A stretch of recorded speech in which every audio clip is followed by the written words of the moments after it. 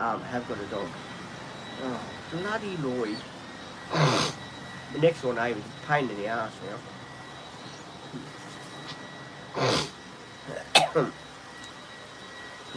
How's everyone been in the live stream? Hope you've been enjoying. Wait for a few people to jump on. I have got the teddy bear. Yes, teddy bear is needed, so the dog doesn't start biting me.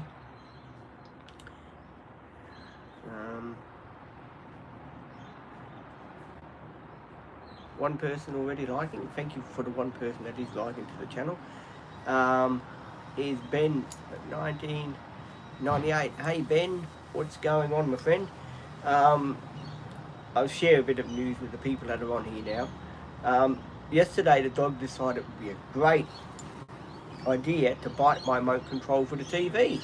So now I have to go tomorrow when I take the van for service to the place to buy a new remote control where I bought the TV from. So that is very very exciting. He chewed it right up, Ben. I pulled it all to pieces to have a look. But the the on button, he seemed to have chewed that bit, so the button was stuck. It wasn't contacting, because what he's done is he's broken the rubber piece there. So if they can replace the plastic pad, plastic cover on the top and of course the bottom, because the battery is very loose in it, because he's bitten that area too. Lucky he didn't go through down to the battery. So yeah, that was a bit of a unfortunate thing. You know, my mother did say, oh, you got to close the door. She has got a point then. I didn't close the door. Hey Lloyd, how you going, Lloyd? Yeah, not bad.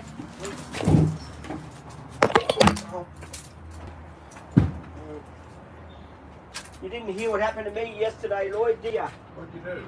Little rascal bit me remote control for my TV. Hey, what? He chewed me remote control up for my TV. So I'm watching TV and the TV is going on, off, and I couldn't do, it hasn't got a switch where you can turn off because it's a smart TV. Yeah. So tomorrow I'm going to go, when I drop the car off for the service, I'm going to go to JB Hi-Fi where I bought the TV from, because it's under guarantee, and hoping they can give me a new remote control for it. I don't know about a guarantee for a dog biting it. Oh, he done a good job, Lloyd. He decided the on and off button is not going to work anymore. Yeah, dear. Oh. You're a naughty little dog, aren't you? Oh, he's a rascal. Little dog. Oh, you're a rascal, aren't you, Butch? Little rascal, aren't you? Now sit down, Butch. Oh, Butch, look what you done to the... Butch. This is Butch being on here. Sorry, guys. Yeah, Butch just thought it'd be a good idea to destroy my, what do you call it? My remote control for the TV. Got a remote control for the TV, right, guys? And Butch got into my bedroom and decided, oh, that's a great idea to chew the control. So my TV was going on and off, and my mother said, oh, you know, TV shouldn't be going on and off, should it? So I swapped TVs round. Lucky I had another TV, and I swapped it round, thank goodness. So that sort of fixed that problem for the time being. And before people ask me, have you heard from Anna yet? No, I haven't heard from Anna yet about because she was meant to get in contact with me. No, I haven't heard from Anna yet. Hope to hear from her soon. But yeah, little rascal decided to bite remote control so badly that the button would stick and it would go on and off, and I pulled it to pieces and I couldn't do much with it. So hopefully I can either get a new one through the thing, the guarantee, or I have to buy a new remote control for that TV, or get that one repaired if I can. Whatever happens, we have to do something. I'm certainly not going to fork out for a new TV, but I can probably see that happening. Because the new TVs are stupid. You can't turn them manually. It's just crazy. But the remote control itself doesn't. I can't get nothing out of it. Because he decided it would be a good idea to to bugger the whole thing up. He don't do things by half, these dog guys. When he does a job, he really does a job on them. So it was really pretty funny to see the TV going on and off, on and off by itself. I thought there was a ghost in the tally. So yeah, it was really funny to see that. But sit down. I'm just trying to calm him down a bit so he does sit down, because he did wake me up today, guys, at 2 o'clock in the morning. I was awake because he had to go toilet, and I woke up early to take him. And he done what he had to do, but he hadn't done anything since then. Like, I've taken him out twice to the spot over here where he goes toilet, and I still didn't want to do nothing. So I thought to myself, okay, then if he doesn't want to do nothing, he'll probably do something later. Which it is a gorgeous day. People are asking me. Yes, it is a very nice day outside as well. Someone's saying hi. If anyone's got questions I want to ask us, please do ask me some questions. Have got Marina coming today. She's coming with the doggy. She's coming with me to the doggy class this afternoon, which I will gladly be happy to go to. I think I've got 3 after today's. This is the 3rd lesson. I'm sure it's 5 weeks. I missed 1 week because I had the flu the week before last. Remember, and I couldn't go to the class. But now I can. But what do you want? Do you want to go toilet, or do you want to go and see Daddy? Hang on, I've got to take him inside, guys, because he's being a nuisance out here. What do you want?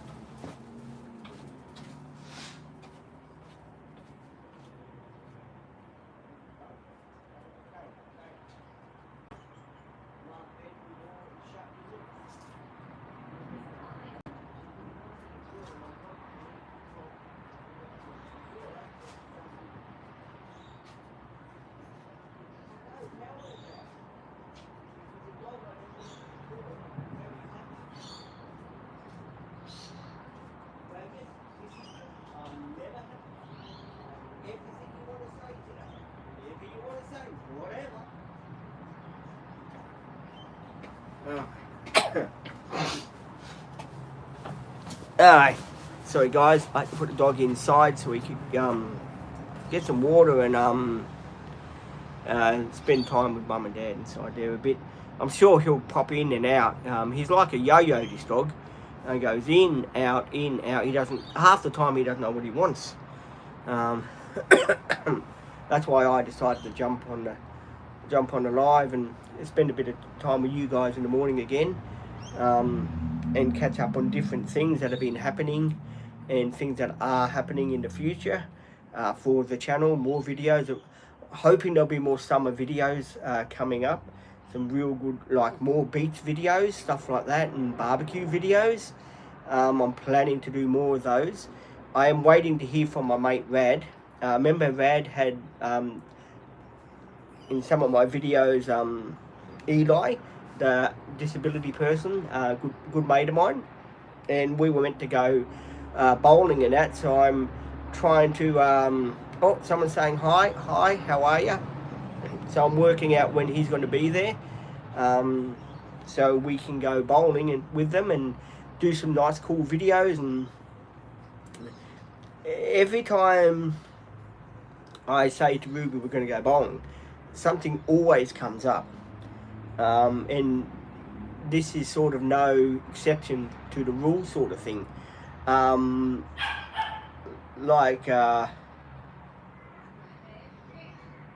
This week is, service week and stuff like that, and with remote control now, which I've got to go sort that out tomorrow. Thank goodness I've got a spare TV. And the laptop hooks up to the TV with a USB cable. So you put the USB cable from the inlet of the computer to the TV, and it does all the job for you. So yeah, I'm very happy that we did bring the old TV and didn't get rid of it, because it's always good to have a backup TV in case something goes wrong with the TV that you've got. Like a dog, if a dog decides it would be good breakfast time to chew your remote control up for you. So it worked out pretty good. So tomorrow we'll go and sort that out. Drop the van off so they can do the service, the starter motor, filters, stuff like that, and check it over and see what else is wrong with it, and hopefully get a clean bill of health, and it'll be job humdy-dumdy done. So I'm looking forward to that. I'm not looking forward to the bill. And a lot of you guys too have been helping me out with super chats. I'm more than happy. Bloody flies around. I come around here and there's flies. And before anyone says, is that you? No, it's not me. It's the flies are around here. I think the flies must follow me around or something. I haven't got the error guard. The error guard's around the other side. I don't know which is worse, the error guard or the doggy spray.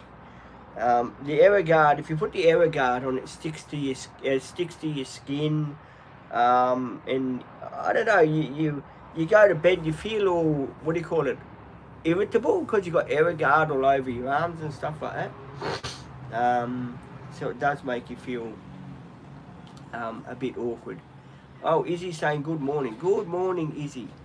How are you today, Izzy?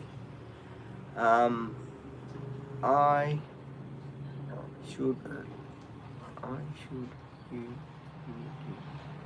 I was on TikTok just now, Izzy. You just missed me. I just decided to come over here because this is the platform I'm always on. And yes, we have got Marina coming today, Izzy. Before you do ask me, yes, Marina is coming today. So I thought I'd jump on the live and spend a bit of time with everybody and say hello to everyone. Saw you on TikTok. Yes, I was on TikTok before, but I decided I want to be on here. Again, I don't know what's wrong with the dog. Hang on, guys, stay still. Oh.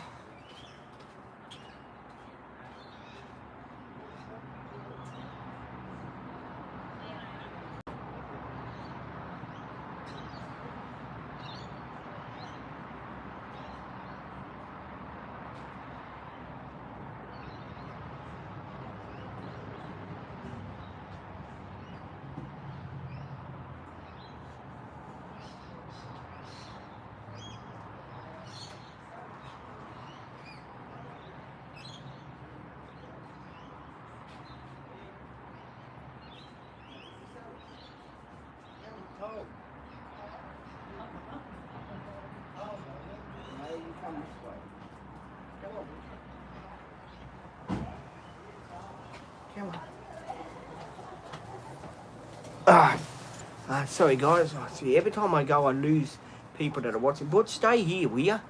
You've just been outside. I have got the dog here with me. He was at the other side of the complex there, just making a nuisance of himself. Luckily he didn't find the gate, or else he would have headed for the hills. So I've got a close eye on him, so he doesn't do that. Yeah. Anyway, basically I had a up and down day yesterday with TVs and stuff like that. It was quite amazing. I tried my best to try and fix the remote control. It's just so badly chewed, the remote control. It is not funny. And as you know, the smart TVs now, they don't make a button on the side of the TV where you can put your TV on and you put it off. I mean, that would have done me for a while till I figured out the remote control system on it. But unfortunately, it hasn't got a a button that you can, no, don't go underneath there, that you can control the thing, unfortunately. It's just the TV that's, you know, they put them, I reckon these days, they put TVs together pretty cheaply, don't they, guys? If you think about it. Like, if you lose the remote control for your TV, or breaks down, you're pretty well stuffed. It's like a chuck your TV sort of thing in the bin, if you haven't got the remote control for it. And get your dog to TV. Yeah, he bit remote control. Is he bit my remote control for my TV, and now I can't turn the TV on and off because he bit the on and off button, and they're only made out of what do you call, plastic. So now my TV, I can't turn it on and off because when he done that, he bit the near where the battery compartment is, and it's loosened something in there. So I'm going to take it tomorrow and see if I can get another remote control for my TV. At the moment, I've got the old TV hooked up to the laptop again. So I'm doing it. I'm glad I got my laptop and the old standby TV, the Sanyo I used to have. So I've got that for backup. So thank goodness I got that, because without that I would be lost.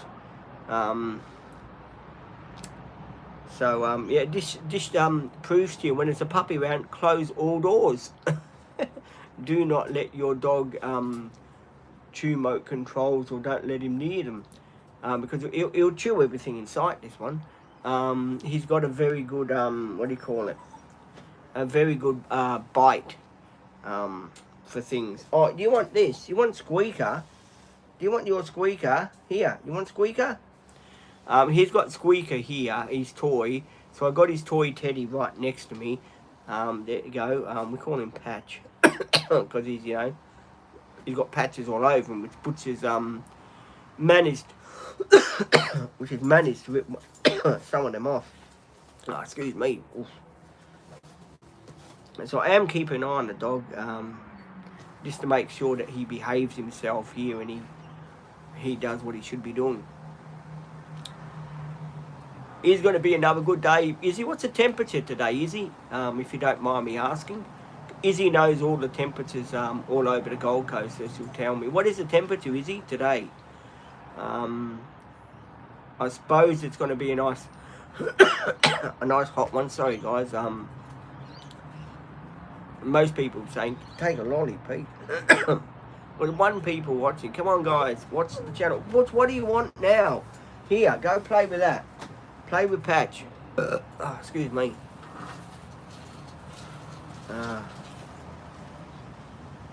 Go see Daddy. Dog is a pain in the backside today, I'll tell you. Just going to go see what he's up to. Oh, stay here.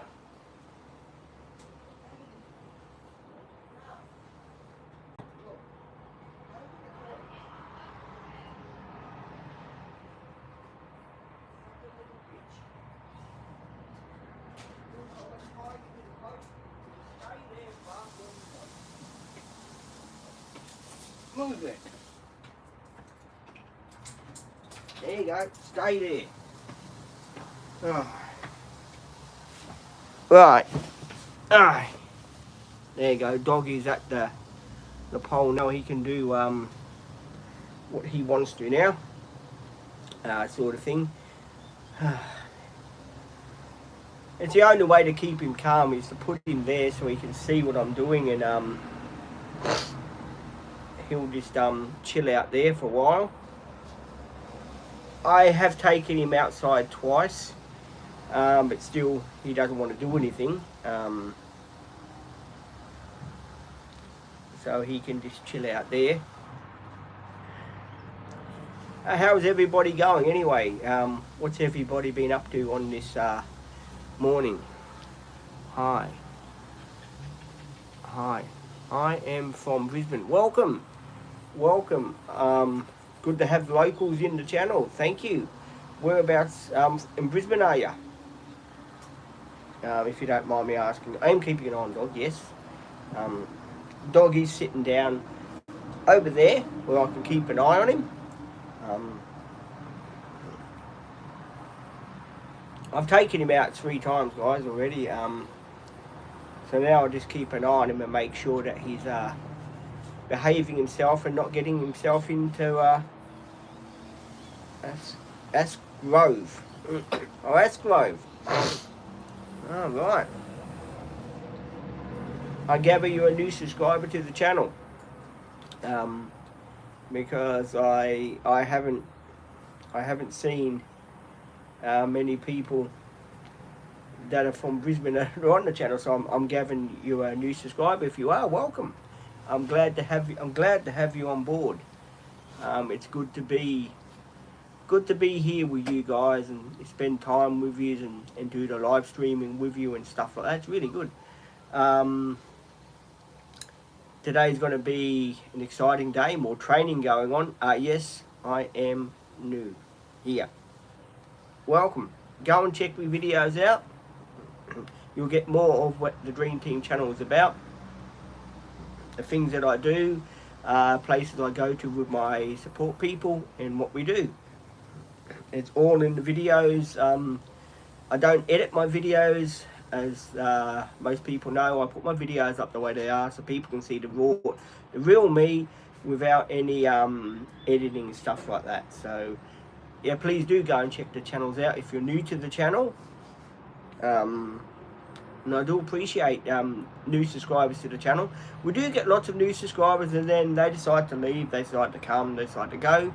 Well, I get that. I do get that.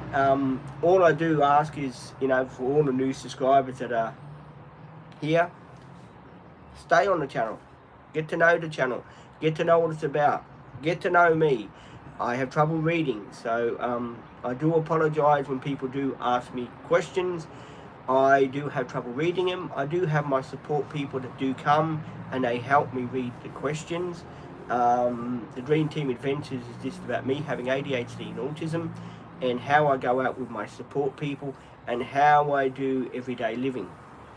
And I film it, I blog it, and I share it with you guys so you can see what the channel's about. So basically that's what I do on the channel. And sometimes I do. What do you want? I'm busy.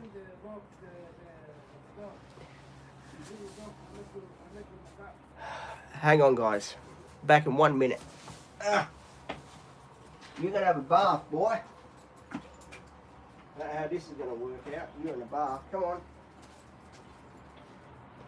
Go on, have a bath.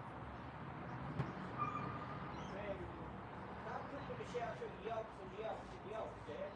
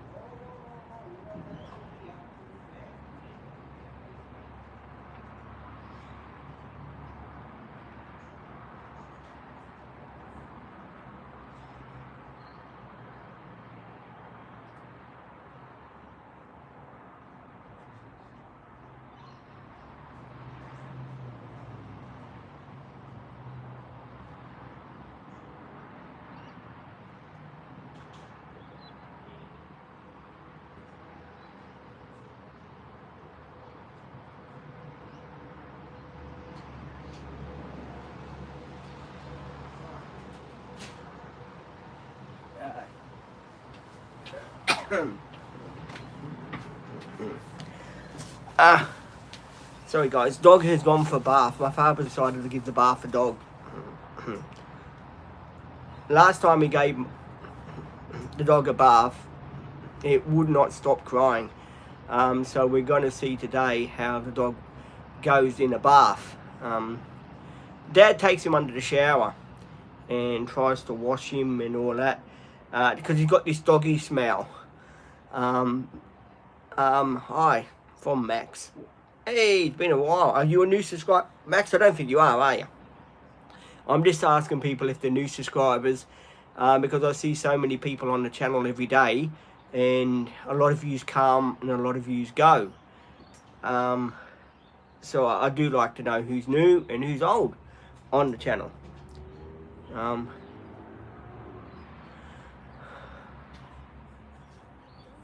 Let me see.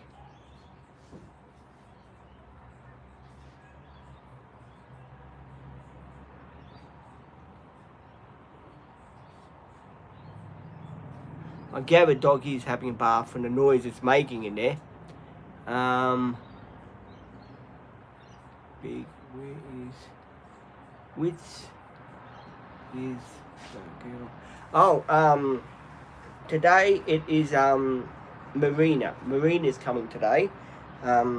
She came last Wednesday. If you've seen Marina, she was here last Wednesday with me. And she will be here next Wednesday. We're not quite sure. I've still got to talk to Anna. She was going to phone me today. So we're going to still see who's going to be here and stuff like that. So we are for Monday. So we're all going to see together what's going to happen about that. I have to talk to Anna about that. So I'm pretty sure she'll call me today, or I'll call her. And that was a very quick bath. That was. I wonder what happened. That was a very quick bath. Hang on, guys. I'm going to go and check this out. This was a very quick bath. Hang on.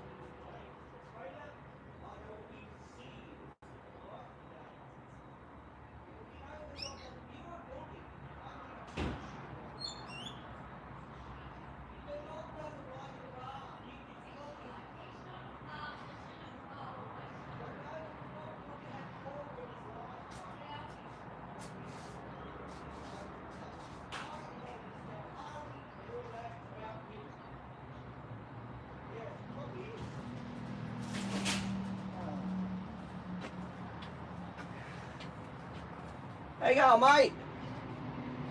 How are ya? How's the cat? I ain't got a cat.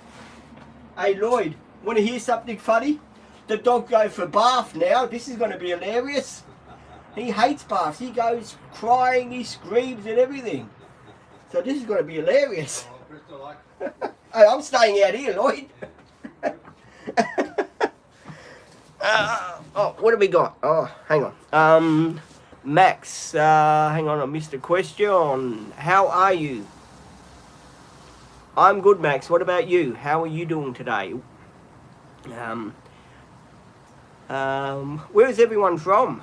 That's what I want to know. I've got a lot of people. Oh, 9 people. Hey, welcome, everybody. How are you all today? This is a better live than what I done the other day. Anyway, how are you all? What's been happening? 5 people watching. Hello to the 5 people that are watching. 5 people liking. So geez, people are going to say you need stronger glasses, Pete. Actually, I've got to go and pick up my glasses the week after next. Jeez, I forgot. Yeah, I forgot all about that. About my glasses.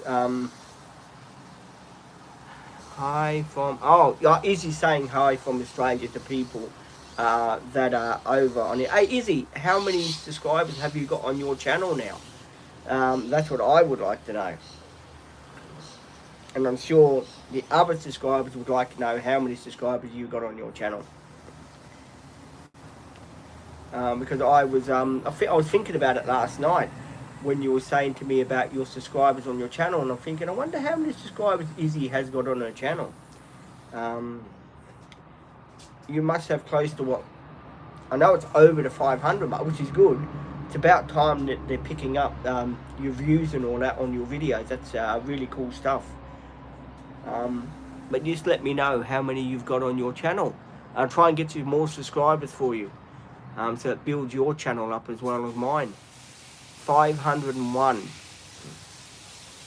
I'll give your channel something, Izzy. It doesn't go up and it doesn't go down sort of thing, really. It sort of stays at that mark. Oh, got another new. Are you a new subscriber to the channel? I'm not. Yes. Oh, hi. Welcome. Can I ask you, where did you find me? Which platform did you find me on, if you don't mind me asking? Because I'm trying to find out where people are coming from. Whereabouts did you find me? If you don't mind me asking. Oh, YouTube. Okay. I thought so. You found me on this channel here. Is there anyone that recommended you to the channel, like a friend said go check the channel out or something like that? Oh yes. Oh, okay then. Oh, yes. On. Okay, good on you. Thank you, your friend or whoever it was that told you to come over to the channel. I do appreciate him. Is he saying TikTok? Izzy, we know you're on TikTok, and they all know that I'm on TikTok. But I'm wondering where all these people are coming from that are joining the channel now. The channel's really taken off, guys. You guys, you're amazing. I can't get enough out of you people, really. And thank you all the super chats you guys have left over the past couple of months. It's really cool. I do appreciate it. Let me see. Oh, someone's given me a Garfield. Been a while since Garfield's been on TV, hasn't it? I suppose you fellas are lucky you got a TV. I've got a TV that goes on and off. It can't make up its mind if it's Arthur and Martha. But we'll get it sorted tomorrow. Tomorrow I'll go down and the paperwork and take the remote control with me and see what I can do. Maybe end up sending it for repairs, I think. You got to laugh. I mean, what can you do? It can be worse than that. He could have chewed my TV up. So we'll get it sorted tomorrow. I'll go down and explain nicely what happened to them, what happened to it, and see what they say. They might see the funny side. Who knows?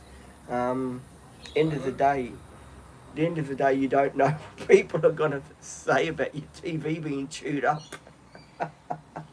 Oh well. I guess it's life, eh? You can't predict what your dog's gonna do, can you? But it's okay. Yeah, I am looking forward to the doggy training this afternoon. I'm very looking forward to that. And it's going to be a laugh, that is. It's always a laugh when we go training because the dog, he knows that he's going to get a treat from the lady. The lady always says to him, sit. And he'll sit for a treat. And she gives him makes him do other tricks as well. He starts now to walk on his back paws. So walk with his paws up in the air. And I've never seen a dog do that before. So yeah, he walks with his paws up in the air and he'll come and see me and he'll roll over and he'll want a stomach rub and stuff like that. And at the end of the day, it's pretty cool that he's learnt to be with me and learnt to trust me, which is really cool. So I'm more than happy that he's part of our life now, and he's driving us crazy with his teething. But you know, at the end of the day, you know, dogs will teeth. I mean, when they're young, like he is 9 months old, they will learn. He'll grow out of it. I've been told to take 18 months. Um, I'm hoping it's a year. We'll see. We'll see exactly when his teeth come through exactly, and I know he's got to go for a needle. I don't know if it's a flu injection or what it is, but I do have to make an appointment, I think, in November or December for his needle at the new vet that I've found for him. That he hasn't been to see the new vet yet, but I went to a vet clinic around where I live here, and I said, look, I've got a Maltese Shih Tzu dog. He took a photo. The man took a photo of the dog, and said, oh, okay, then what's his name? We told him the name, and he said, okay, then I'll put him down on the books as a new dog, you know. So yeah, he's got a new vet now. I don't know what the vet's like. We're all going to find out together.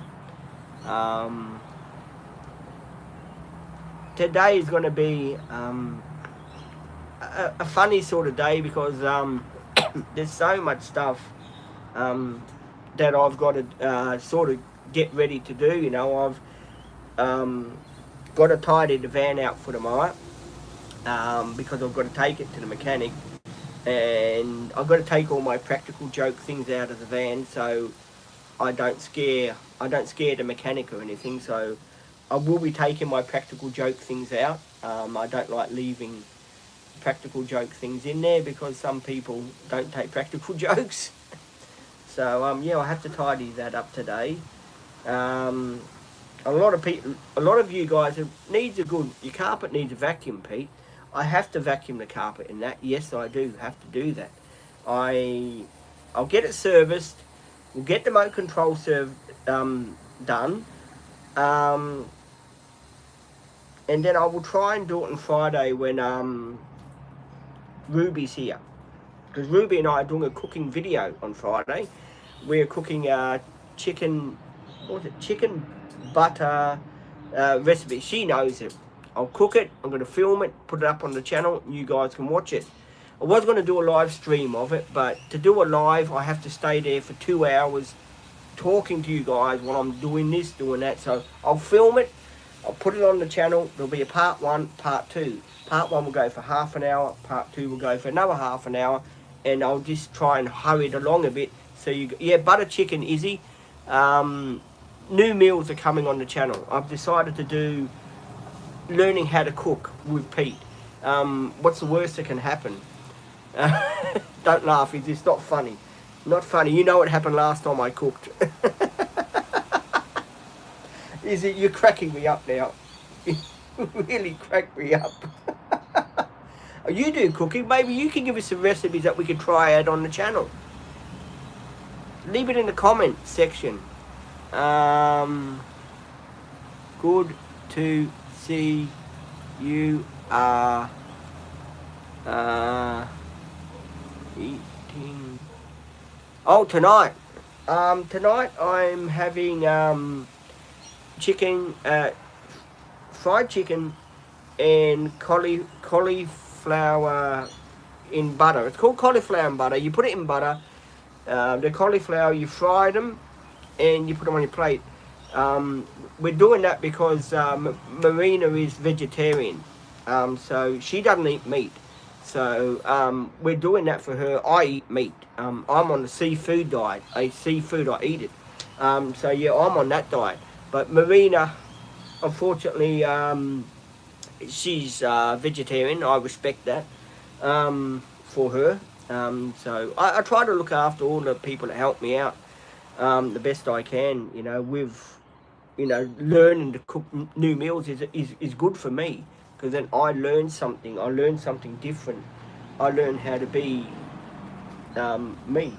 No, that's an ambulance. Before people ask me what that is, I think I could be wrong.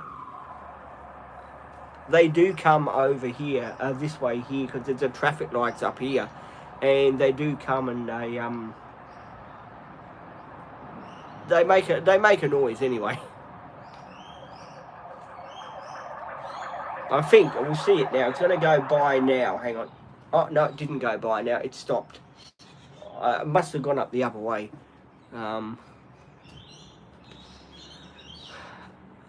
Marina. Yeah, vegetables. Yes, she eats veggies. She's a vegetarian. She's been a vegetarian. Apparently, she was telling me last week for about 5 or 6 years now. And good on her. Oh, and that's it. But I think Butch is about to come out. Butch has come. Hang on. Butch, where are you? Butchie.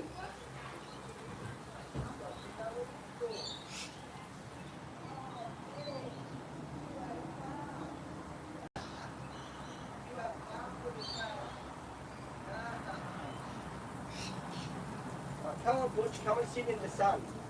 No, you sit in the sun and dry off a bit, Butch. Come on, you dry off. No, you sit down and dry off a bit. Come on, sit down and dry off. No, you don't want to sit there, okay. Yeah, you dry off. Yeah, you smell better, Butch. Come on, Butch. Come on. You dry off, Butch. Dry off a bit. You're not coming on up here. Yeah, Butch has had a bath, guys. He's just drying off now.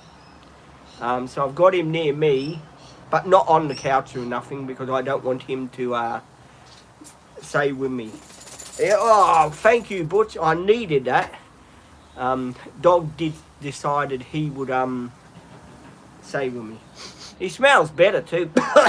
Oh, Butch, you got aftershave on, boy. Hey, Hailey, how are ya? Dog has just had a bath. Yeah, people are wondering what the smell is. It's not me, it's the dog. What news have I got to tell you? Oh, I've got some news to tell you. The dog decided it would be a good idea yesterday to eat my remote control for me, for the TV. And now I can't turn my TV off or on. So, hey, Butch, take it easy, boy. You got a big pull on you. Butch, you look so skinny. Hang on, guys. I've got to take the dog in the sun a bit.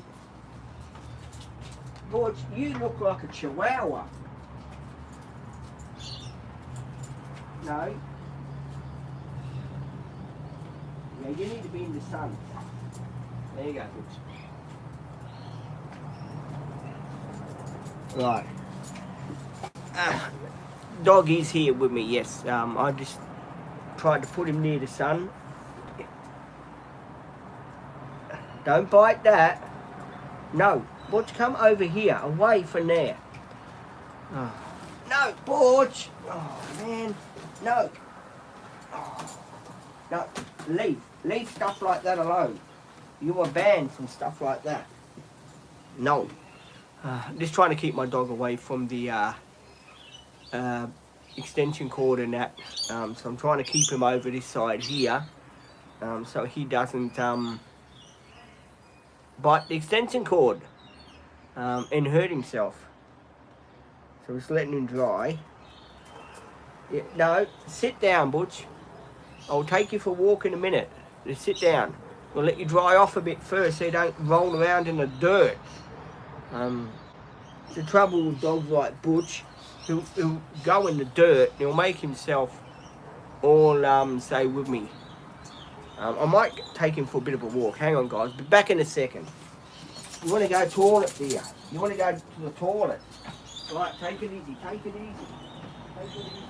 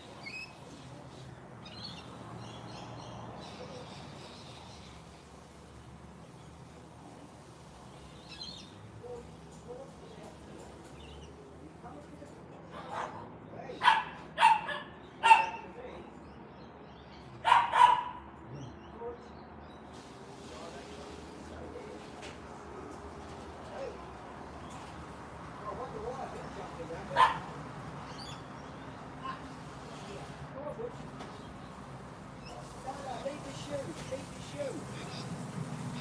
What's the matter with you today, boy? What's the matter?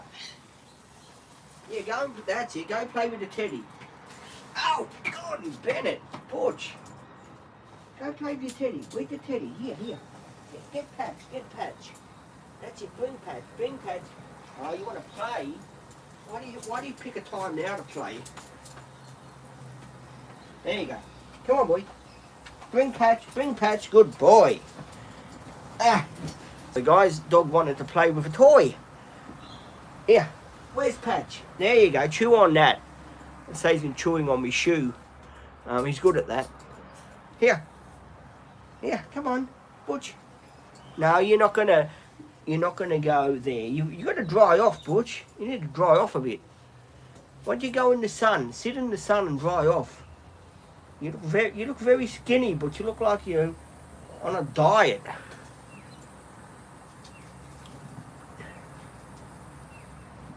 Come on, Butch. Here, boy.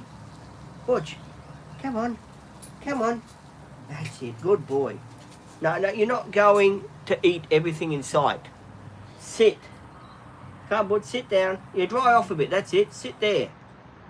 You dry yourself off. Yeah, waiting for the dog to dry off, guys. It's pretty... he's a bit wet. Let's put it this way. So we're waiting for him to dry off a bit so he can be ready for this afternoon. So we can take him for his doggy classes. We are going to put a harness on him. We do have to put a harness on him. Why do you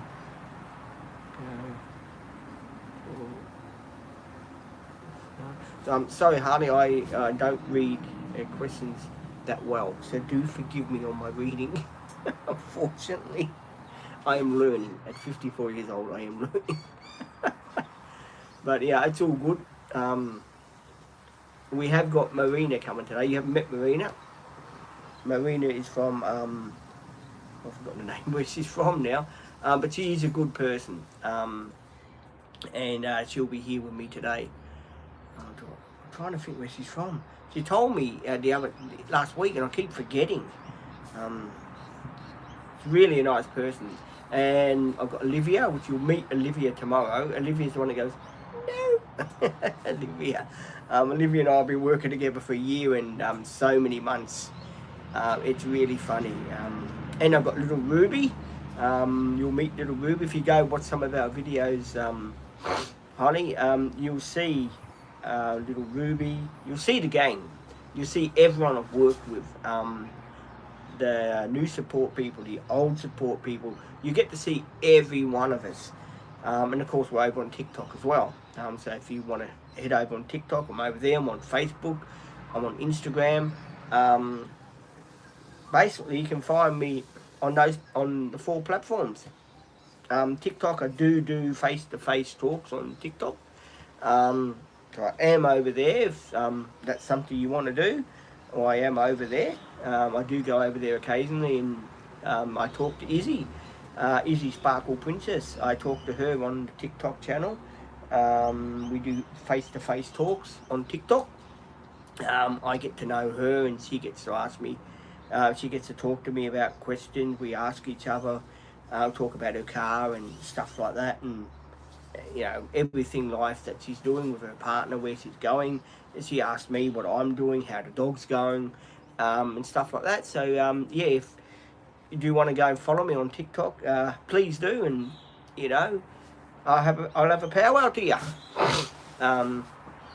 At the moment, as you know, I'm on the YouTube channel. I'm usually on here for quite a while because I talk to people and people communicate back with me. And sometimes when I get phone calls, well, I like people to know straight away what the phone calls are about. I don't hide anything on the channel. I don't believe in hiding anything. I'm just looking at the dog. He's so wet. I've taken him to the toilet 4 times, but unfortunately he will not do anything. He just keeps looking at me like, what the hell do you want me to do, Dad?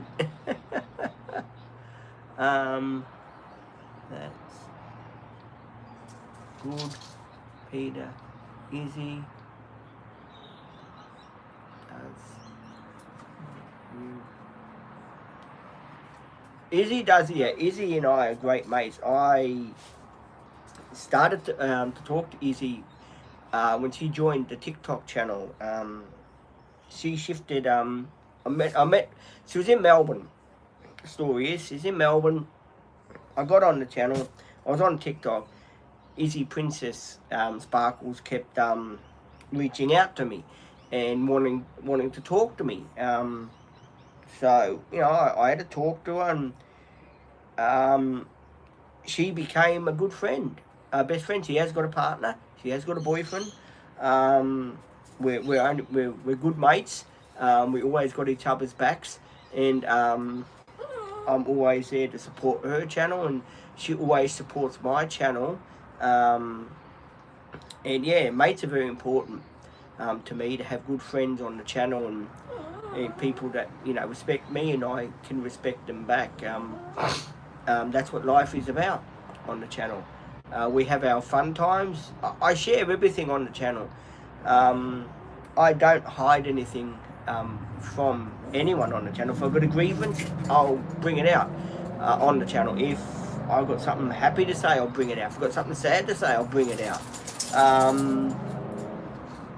And that's just the way I am. I'm happy-go-lucky, I guess. But what do you want? What do you want? I've taken you out 3 times. You want to go toilet? Butch, toilet? Oi, Butchie, do you want to go toilet? Do you want to do a wee-wee? Well, don't tell me you're doing a wee-wee on the mat. I'm just waiting for the dog to let me know when he wants to go toilet, so I can quickly take it to the toilet again. It seems to be in a funny mood today. He seems to be in a really, really frisky sort of mood. Butch, you want to go toilet or not? Oh, man. You want to go toilet? Hang on, Butch.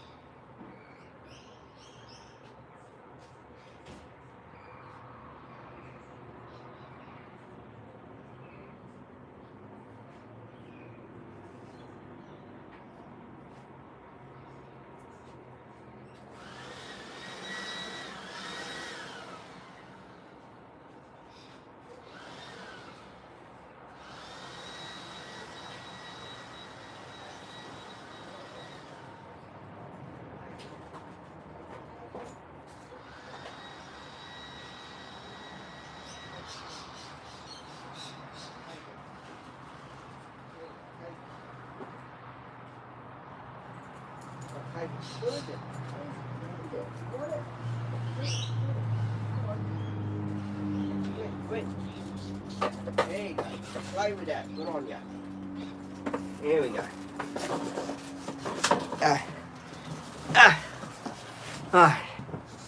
Dog has got bottles now, guys, which is great.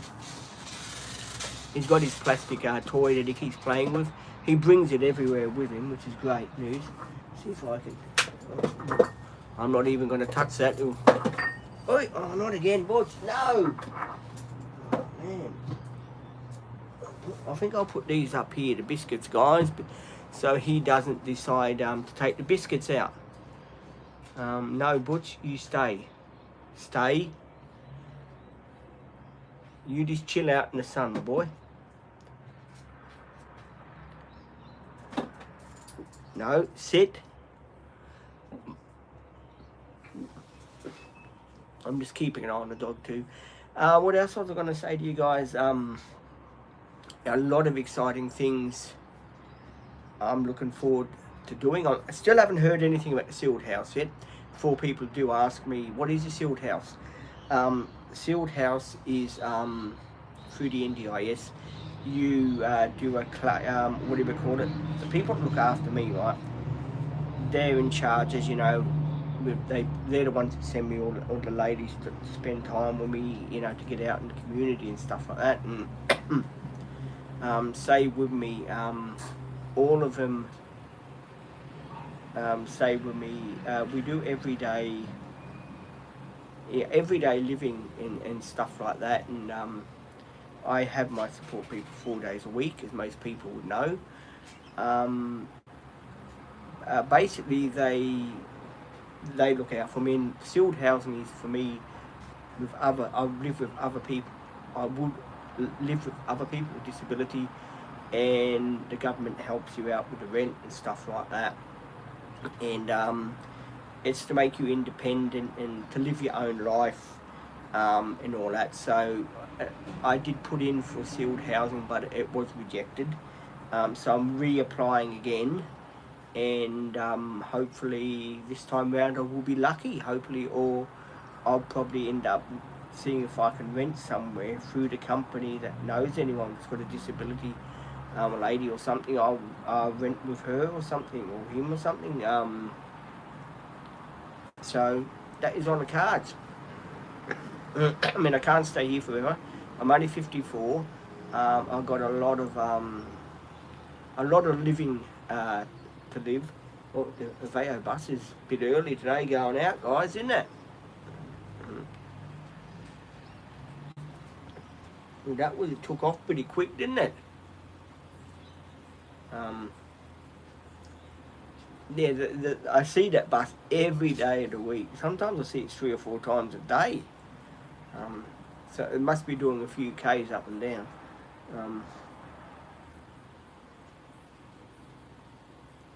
I don't know if they got 2 of them. I did hear they got 2 of them.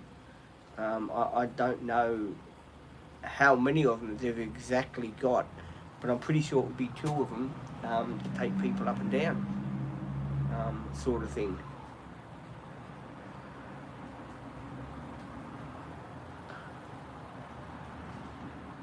Oh, lady pulled up in a hurry then, didn't she? I'm looking at a lady outside trying to drive her car, and she pulled up in a hurry then. I don't know why. Got a lot of people that do come and see us. It's a big area here. It is a big area in the retirement village. It'd be great to live up there more. Lots more houses up there, and you're sort of away from the traffic noise. So when you're at the front here, you're near the traffic noise. There was one that was way over there, and it was the same price. It was the same price as this one. It only had a stair that went down, but it was bigger inside. I don't know why Mum and Dad didn't get that one, buy that one. It was away from the traffic. Not the Mum and Dad go out to the what do you call the club up there. They don't go there. So it would have been good for them. And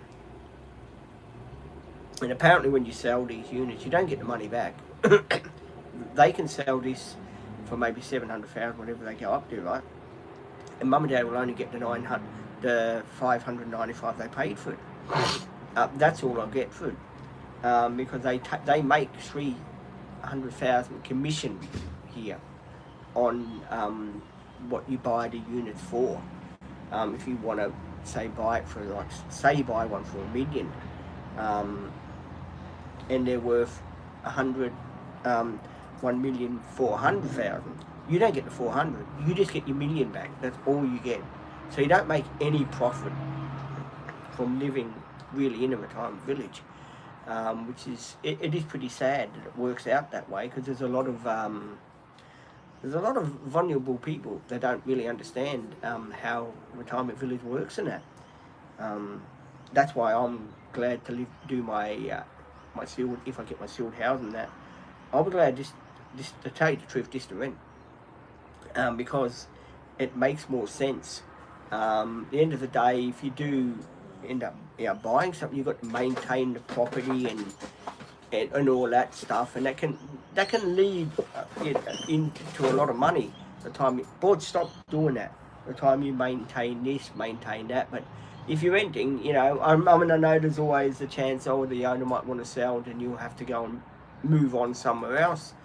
But, you know, hopefully everything goes the way that I'm expecting it to go, and it will be, you know, it definitely might be good news. But I don't know yet. I'm waiting to find out, guys. It takes its time to do stuff like that, sealed housing and that. They do take their time, but we will gradually find out what's going on. Dog is right here with me. I'm holding him so tight. I've got a different lead on him now. He used to have the other lead, but he's chewed through that as well. Every lead that I can buy this dog, he'll chew on it. So he is a person that chews on everything, unfortunately. Don't know where Izzy is. Izzy, are you still on or what? Izzy's usually around here somewhere. There's a lot more people watching today than what there was yesterday. Which I'm oh yes, Izzy saying yes, I am. We've still got a good number of people watching, which is really great. You guys must be amazed. Butch is sitting pretty proud. He's sitting right next to me now, Butch. And he's sitting up. He's sitting like a king dog. He's got his what do you call, chest out. His feet are sort of one goes one way, one goes the other way, sort of thing. So he's sitting right here next to me, and he's drying off. He's slowly drying off, which is good news. I don't like it when he's all wet because he looks a different dog. But now that he's drying off, he's getting his fur back. So yeah, he looks alright now. He's going to go for a haircut in November again. I think the lady said she's going on holiday or something. That's why I couldn't take him for his haircut until November. So I have to wait till November before he goes back for his doggy grooming and stuff like that. Unfortunately, it's in Labrador. So I've got to go all the way to Labrador. I've known the lady for about a year now. More than a year. I used to take Cindy to get the haircut from the lady, and I was, you know, she done a good job. She always used to look after little Cindy, and yeah, very trustworthy lady. So I thought, well, I'll take the next dog I get there, Butch. And when I phoned her up, this is when I first got him. When I phoned her up and said, oh, I've got a dog, Bud, I got a dog with the animal rescue named Butch, and you know he needs a haircut. And she said to me, oh, okay, then I can book you in for this day here. And she booked us in, and Butch went in for his haircut, and yeah, basically she done a great job on him. He is in the sun just drying off, which is pretty good. But you want to go toilet, so I keep getting up to take him to the toilet, but he won't do anything. One more time, come on, back in a minute, guys. Do you want to go toilet? You want to go to the toilet? What do you want? You want to go toilet?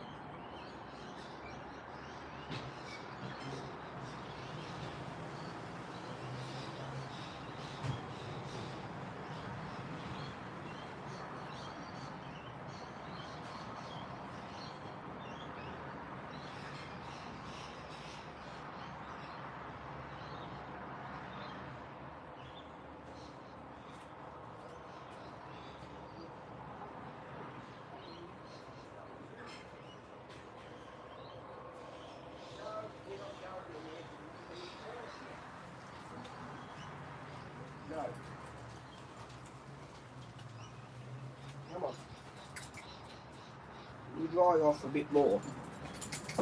Yeah, play with that, good boy. Another false alarm, guys. Didn't want to go toilet, just wanted to decide to be Butch. He has got, I am playing with him with a bottle here. Where did you have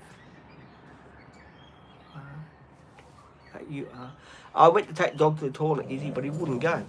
Little rascal wouldn't go. He went at 2 o'clock in the morning. Well, the only time he hasn't been out since then, so I don't know why he's holding it in. He usually does go toilet. Whoa, little rascal, what are you doing with that? He's playing with a toy at the moment now. I've got him playing with a toy here, and he's chucking it about, and he's making a little rascal of himself. Bring it here, Butch. Here, bring. Butch, bring it here. Oh, God, Bennett. Butch.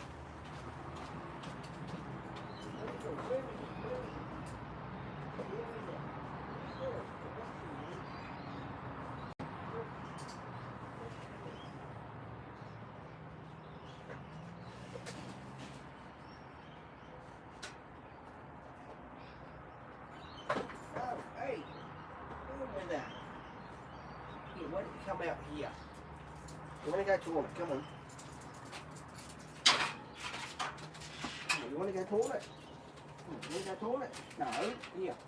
Come here, Butch. Here. Come here. You want to go toilet? Come on. Come on, Butch. You want to go toilet? Come on, Butch. Butchie, come on.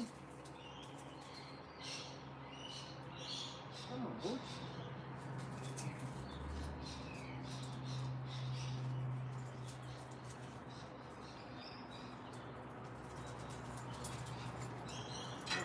You don't want to do it. Fair enough. Where'd you put it, Butch?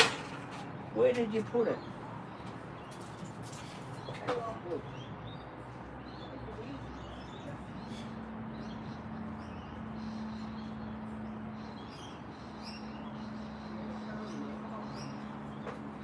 Bring that Butch here.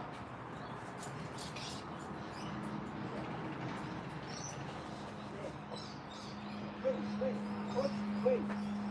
Good boy. Hey. You got it? Good boy. Oh, jeez.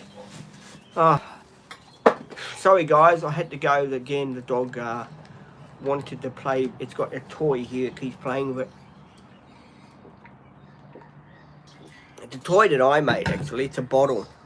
So what you do is you get a lemonade bottle, soda water bottle, whatever you got, and what you do is you put a sock over it, right? An old sock. If you got an old sock, like it's an odd sock or whatever you've got, stop it now. You get an odd sock, right? And you'll put it round his toy. Here, you want this to play with. You put it round his toy, and they bite it. And so they don't damage them teeth or anything, they bite into the sock itself. So he's got that. And he's got other stuff as well that he plays with. Where is it? Where's Patch? Here, where's Patch? We call him Patch because he has got patches all over him. He was a bear that I bought from the pet shop, and Butch likes to play around with him and stuff like that. So he has got his own teddy here. Hang on, guys. I just got to go and check on a video, and I didn't even realise they were uploaded till they told me videos were uploaded, so I posted them. Butch, enough. 4 people asked me, "Is dog wearing you out now, Pete?" Yes, dog is wearing me out. It's in one of his playful moods today, so I've got to Butch, sit down. Why don't you go play with the teddy? Look, play with Patch. Here. Play with Patch. Here, play with Patch.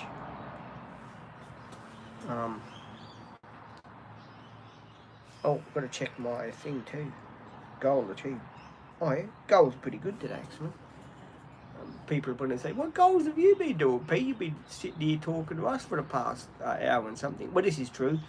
Goals achieved mean what have I been doing? On my watch I've got an app that says, like, it's steps that you do. If you walk here, you walk there. Which you guys know I don't do much walking because my knees are pretty bad, as you guys would know. So this says goals achieved, and it comes up on my watch.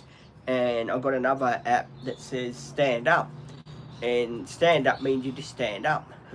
I don't know why they put that there, but it just says stand up, and you just stand up, and then it says okay for just standing up.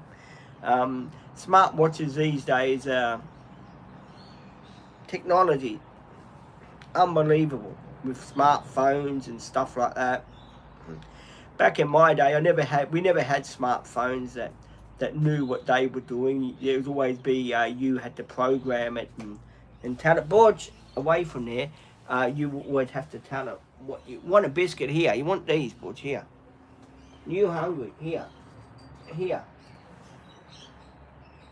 Biscuit? No, dog doesn't want biscuit. I'm trying to feed the dog a biscuit as well, just to keep him happy, so he doesn't jump and bite and carry on. But you've been out there 3 times. I'm not taking you out there again. No, bad luck. Bad luck. You've been out there, you haven't done anything. No, bad luck. Bad luck. I'm trying to keep the dog calm, guys, so it doesn't, Another car again. This car keeps coming backwards and forwards, this car, I tell you. Pain in the backside.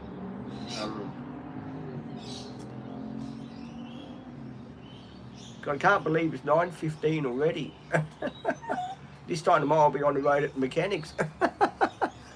Boards, come here. Oh, man.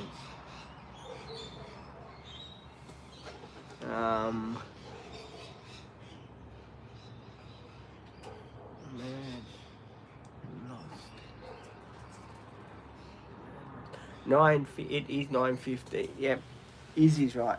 Yeah, well, no, she doesn't come till 11:30 today, Izzy. That's why I'm doing another one of those live streams that I do, the long lives. Just to chill out and talk to you guys. The people go down. I don't know why. People up, not down, up. Watch, and you will learn. I want the subscribers to be here on the channel with me. Izzy's the only one that gives me support around it, and Haley and all that. Sit down. Car's back again. It's going out again. It's like, hey, Izzy, this car here that keeps going out and in and out and in, it's like your cat, Yo-Yo. It doesn't know if it's coming off or going. That sort of thing. It's really funny. It makes me laugh. It really does.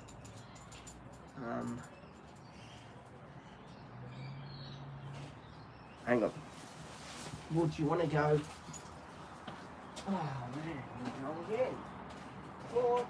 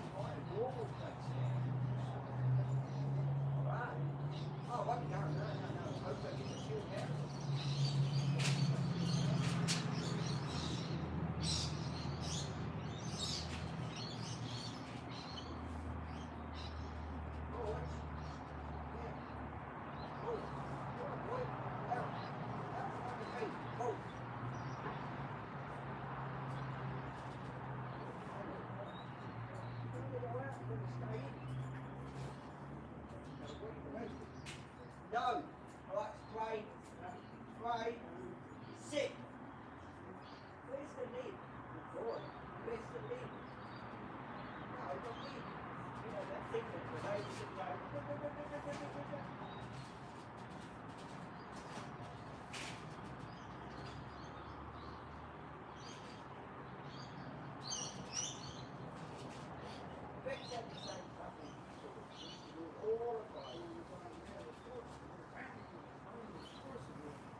Here. Butch, here. Here. Come on. Butch. Here.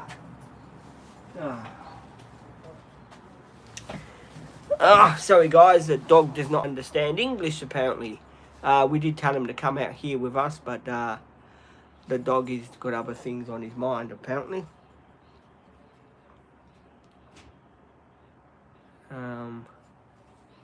Butch, are you going to come here, please?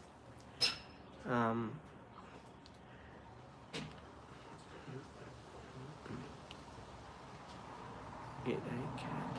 I think cats are more easy, I tell you. Cats are not like dogs. Dogs, easy, you got to be on them 24/7.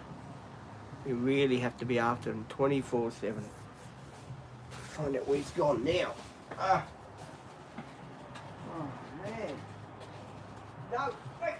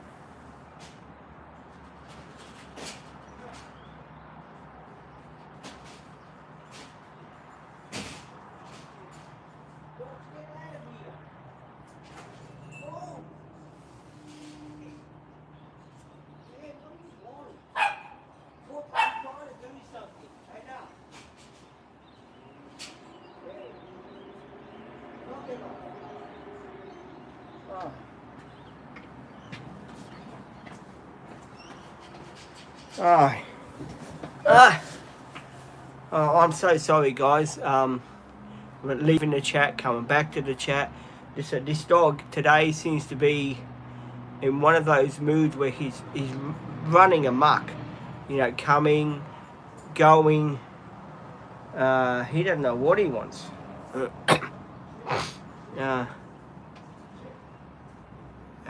He's been a real nuisance today. Anyway, getting back to things, anyone got anything exciting they want to share on the channel? I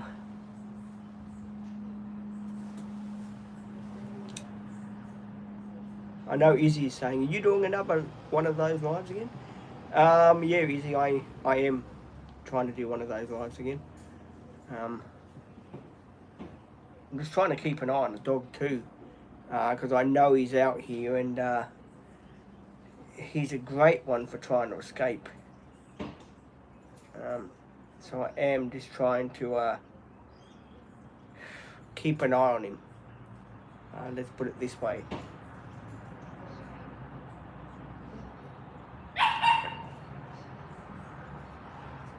We are trying to put a harness on him, so we've got better control of him, so we can take him for walks around here without him being naughty.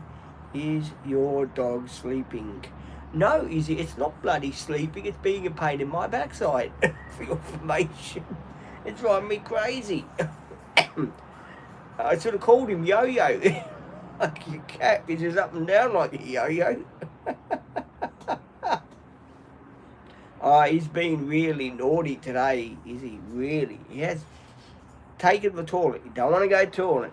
I take him to do his business at the front because he always does it outside here. Doesn't want to do it. And as you can hear, he's scratching at the doors to get out again. And you let him out, and then what does he want to do? He wants to go back in. He doesn't know, if he's, what do you call it, half a muff. And that person that disliked and unliked, stay liked. Please don't muck around on the channel. It's not very nice. So I want people to, when they're going to do the like button, just keep on the like button, please, guys. Don't unlike and like. It's not nice.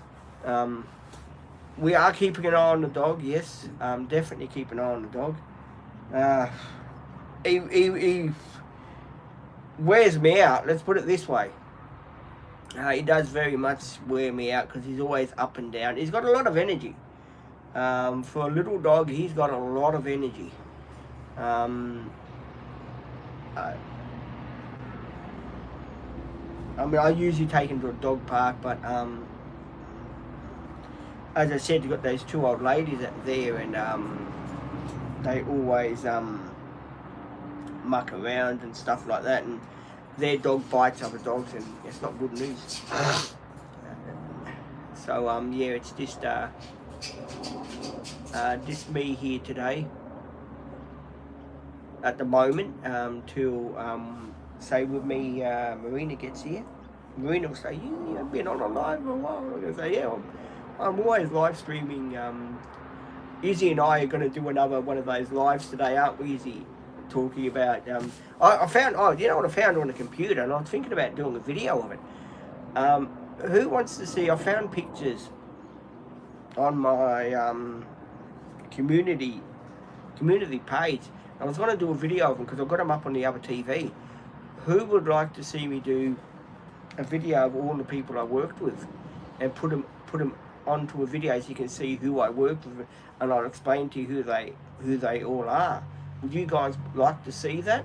Because I'll do a video of that probably today or tomorrow. If you want to see that, would you like to see that? And I'll go through who they are, how long we worked for, and stuff like that. Would you like to see that? Because I'd like to do a video on that while I've got that TV set up in there. I can go to from my laptop to my computer, and you can see it on the big screen. I can just flick the phone round and video it the normal way. Would you like to see that, guys? And I can get up and point to this person here, who it is. Yes, it's me. Yeah, I think I'll do that is to show everyone the people I used to work with and who worked with me over the past and what we used to do and stuff like that. I think I will definitely do that. I reckon that would be really cool for me to do something like that for you all. So yeah, I'll definitely do it for you. So people know what I'm going to get up to. Yeah, that's something I never thought about. I thought about it this morning. No, yesterday. Liar. Yesterday. I looked at it yesterday. And I saw it yesterday and I think to myself, and that person that keeps doing the thing, unliking then liking, that's rude manners, my mate. So don't do that on this channel. So I'm gonna time you out if I find out who you are. And I'm sure Izzy doesn't appreciate people that are liking, then unliking, then liking. See, this is person who Izzy keeps liking, then he unlikes, or whoever she is, or he is. Just stay liked.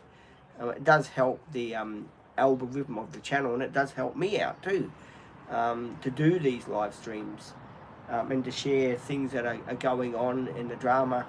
I'm not going to let this guy get to me. I mean, he seems to want to he seems to want to be a smart ass, whoever the person is, so that's fine. Yeah, keep on doing what you're doing, mate. You're doing a good job. You're only making a dickhead of yourself, so yeah, keep it up. That's fine. You seem to have some issues that you got to deal with. I suggest you go and get some help. There you go. That fixed him up. Oh god. There you go. No, it's still good. It doesn't worry you. Anyway, for the other people that are here on the channel and have liked, thank you so much for the people that have given their likes and they are here. Thank you so much. Do appreciate everyone for joining in the live streams and being part of the channel. You really are very amazing and nice people. I do love and respect you all, and so does Izzy. Izzy's always on the channel with me, helping me out on the channel and doing these live streams with me. Without Izzy, I wouldn't be able to do the live streams on my own. It would be very difficult for me to do them. And thank you, Izzy, for helping me with the live streams that you do help me with, and for being here with me. Does mean a hell of a lot to me to have a good mate on the channel. People ask me, what happened to Paddy? I don't see Paddy much anymore. He pops in and out sometimes. It depends what he's doing. Maybe he's busy doing what he's doing. But yeah, he does pop in and out and all that sort of stuff. He has got other things in his life that he has to do. He's got his children and his job that he's doing. So yeah, he's doing everyday stuff that he does. And when he pops in, he always talks to me and I say hello to him. So yeah, he always pops in. He's around somewhere. Let's put it this way. Paddy's always around somewhere. He's a good mate. I do miss remember that person I used to have that was say with me, the Kookaburra Man. I miss the Kookaburra Man, and I miss Alex Murphy. I used to have another English guy. He was a baker called Alex Murphy. I do miss him, and I do also miss, I'll tell you who I do miss, Devon. I have not seen Devon on the channel for quite a while. I haven't seen Devon for quite a while. Devon, I hope if you're out there and you're watching the live stream, I hope you're okay, my friend. Please do jump on the channel and say hello to me. I would like to know how you are going, because it has been a while since I've talked to you on the channel, and I'd like to see how you're going and how you're faring up and all that sort of good jazz. Other people are wondering how the videos go on, Pete. Videos are not doing too bad. They get their views. Some get more views than others. Some get less views. At the end of the day, you can't sort of say with me, make the channel what it is. You people make the channel. You make the channel good, so I can't complain with the views that I'm getting on the channel. I accept the views on what people think that they're worth. Like if people think, oh yeah, 5 views, that's all that video's worth, or that's what it's probably worth. It's very hard for a YouTuber that does creating videos and filming and stuff like that. Most people, they do a lot of time at editing and doing this bit and editing that. They do it through their computer, where they'll cut this bit out, they'll do that bit, and they've got hours of footage. They'll film hours of footage on those GoPro things, and they'll download it from the GoPro onto the laptop, and then from the laptop they'll go through all of that footage they do, and they'll make one video out of it. Some people will post every second day. They'll do a really good video that they'll film from the GoPro what they got on the GoPro, the footage of the GoPro, and then they will download it. And then you people, that are on YouTube, of course, you'll get to see it and you'll get to say, oh yeah, that's a pretty good stuff that person's doing. Some YouTubers, they do a great they do a great job on their videoing and stuff like that. I really do take my hat off to them. And of course, Bill, if you're out there, Bill, 1987, if you're out there, I did catch up on your videos, managed to get the laptop working, um, and I did watch your video about the Irvan, and you were saying to ask people about the knocking noise it had underneath. Um, I'm thinking it could be a gudgeon pin going on it. Hang on, there's another video uploaded. Hang on, guys. About your Irvan. I'm sure it sounds to be like a bottom end rattle that you got there. It could be up. Does it? But if you're on here, Bill, just join in so I can talk to you about it. Because I'd like to. I think you could have a bottom end rattle somewhere. Your motor might need to be rebuilt or something. I'm not quite sure, Bill. I mean, it was very hard to hear the footage when you had the camera down because you had the fan on. You know, those Irvans have got a clutch fan, and when you rev them, they roar like a truck. So it was very hard for me to hear it. I'm sure it's a bottom end rattle by the sounds of what I could hear, because I'm used to those petrol vans, so I know the older style of vans. I know any van that makes a noise, if it's a petrol, if it rattles from down the bottom all the time, that your bearings are probably shot or something. So if you're on here, Bill, just jump on and talk to me about it if you don't mind. I would very much appreciate you being on here. It's been a while since we caught up, quite a while.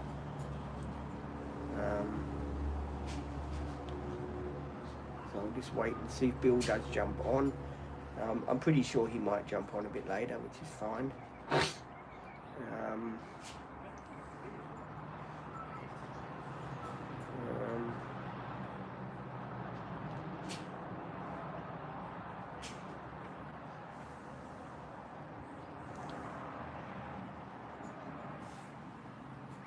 Dog is here somewhere. Back in a second. Oh.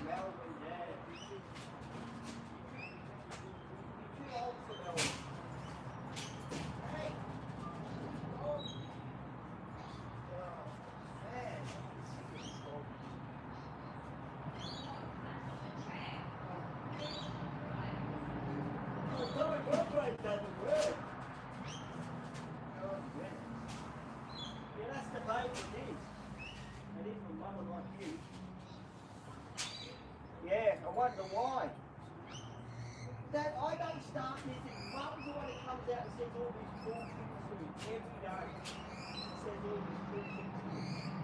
And then she gets up. And that's why people who don't talk to me, because Mum says all these cool things, and I answer back. I fall into the trap all the time. Instead of just ignoring her, like most people do, I fall into the trap. Oh, look.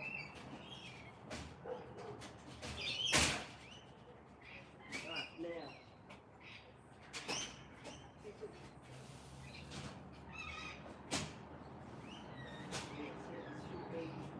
I've got it right, but unfortunately, you can open it like that. You open it both ways. There you go. You've got to do it that goes both ways. Right, I'm telling you, you come with me.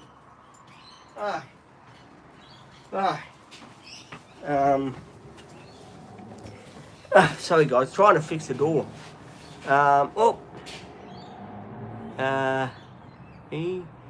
2025. Sorry, I was fixing a door. No, don't say that door will never work again. It probably won't. It's a fly screen door. It's a pain in the backside. It's one of the ones you got to lift up and put it on the tracks and put it down again. It's one of those doors, unfortunately, and it's really a pain in the backside to get it where you need it. If you know what I mean. Wait for a few more people to jump on. One person. Sorry, I had to go and sort the door. I can't fix it, so I'm not gonna stuff around with something I don't know about and make it worse than what it is already. That's not what we do around here.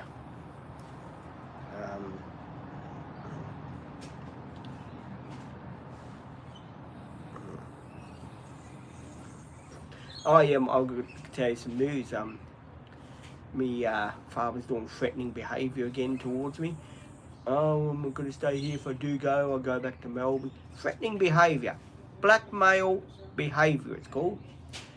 He knows how to blackmail people, my father. So yeah, he's starting to do the blackmail again. I don't like it when he does blackmailing, because I'm going to dob him into the authorities that look after me and say, look, my father's blackmailing me again, saying about, oh, I'm going to sell here, I'm going to go back to Melbourne. So, you know, just beware. My father's not a nice person, guys, sometimes. And my dog is wearing me out.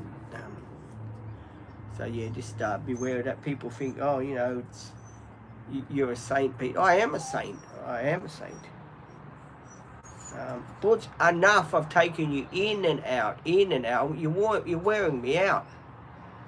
You are definitely wearing me out now. I've been in and out with this dog about 3 or 4 times, guys. I really have. I've taken him in, I've taken him out. Yeah, he hasn't been to. He won't go to the toilet. He's one of those dogs that won't go to the toilet. I don't know why. I have taken him around here and tried to make him go to the toilet, but he won't do it. Butch. No, I'm not even going to get into that, Butch. I'm going to have a lolly. That's what I'm going to have.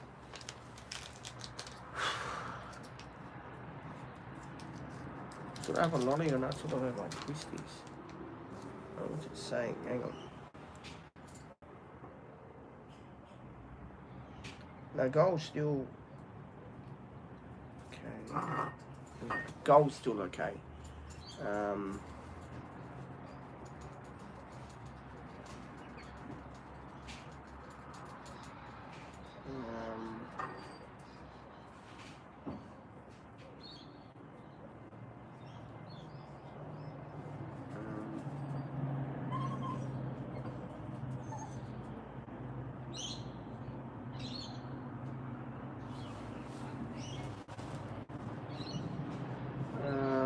Let me see.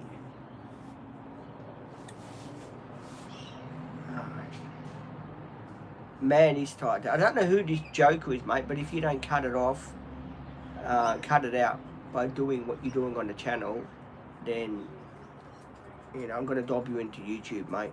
I've had it with you, I really have, mate, I tell you. I mean, you know, if you're going to like something, like it. Why keep doing like, unlike? Yeah, because you can. That's why you're doing it, because you can do it. You're a real smart guy. Good on you. Good on you. Top of the class, mate. What class did you go to? The idiot school? Is that the class you went to, mate? There's some person aggravating me, guys. I know I shouldn't fall into the trap, but I always do. There's nothing more aggravating than when you've got someone that's liking, unliking, just to be a smart ass on the channel. I've got my suspicions who it is, but, you know, again, I just have to report them to YouTube again, and to see what they can do. It is annoying sometimes when you've got a bunch full of good people, and it only takes one person to be a smart ass on the channel. I'm probably going to end up taking the dog for a bit of a walk now to go to the toilet in a minute, because I think that's what it needs. Before anyone asks me, have you seen that guy? Oh, yesterday, yeah, I saw him yesterday, but I didn't talk to him. I don't talk to him no more. I just got no time for him. He's the one that I was telling you. He reckons he owns the complex here. He's in charge, he reckons. The people on Body Corp elected him. I don't know why. They must have rocks in their heads. Why would you? He's a bully. He's a guy that I told you he's a bully, you know.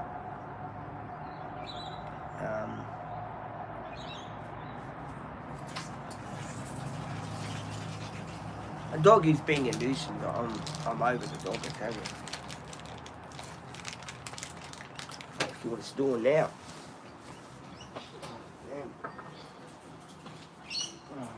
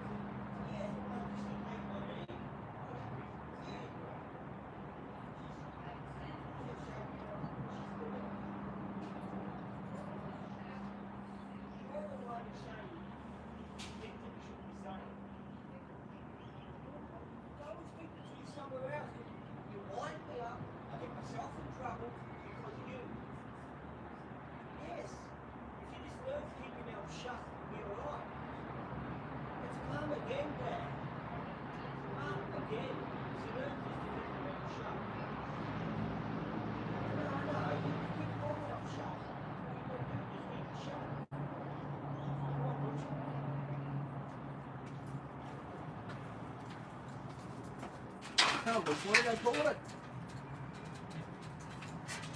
Come on. What do they call it? Here, don't call it. Right. If you don't want to go toilet, you don't want to go toilet. Oh. Bad luck. Oh, man. Ah. Ah. Ah. And back again with the dog. He didn't want to do anything. I took him out. Didn't want to do anything. Oh. Oh.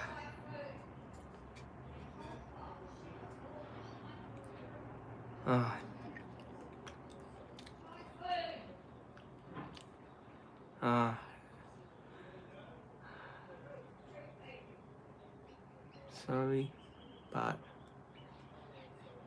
I'm please on happy. Please happy. Well, I'm glad you're happy, Izzy. I'm so glad you're happy. I'm nearly exhausted already. This dog is taking me on a merry dance. It's taking me here, taking me there, and hasn't want to do anything.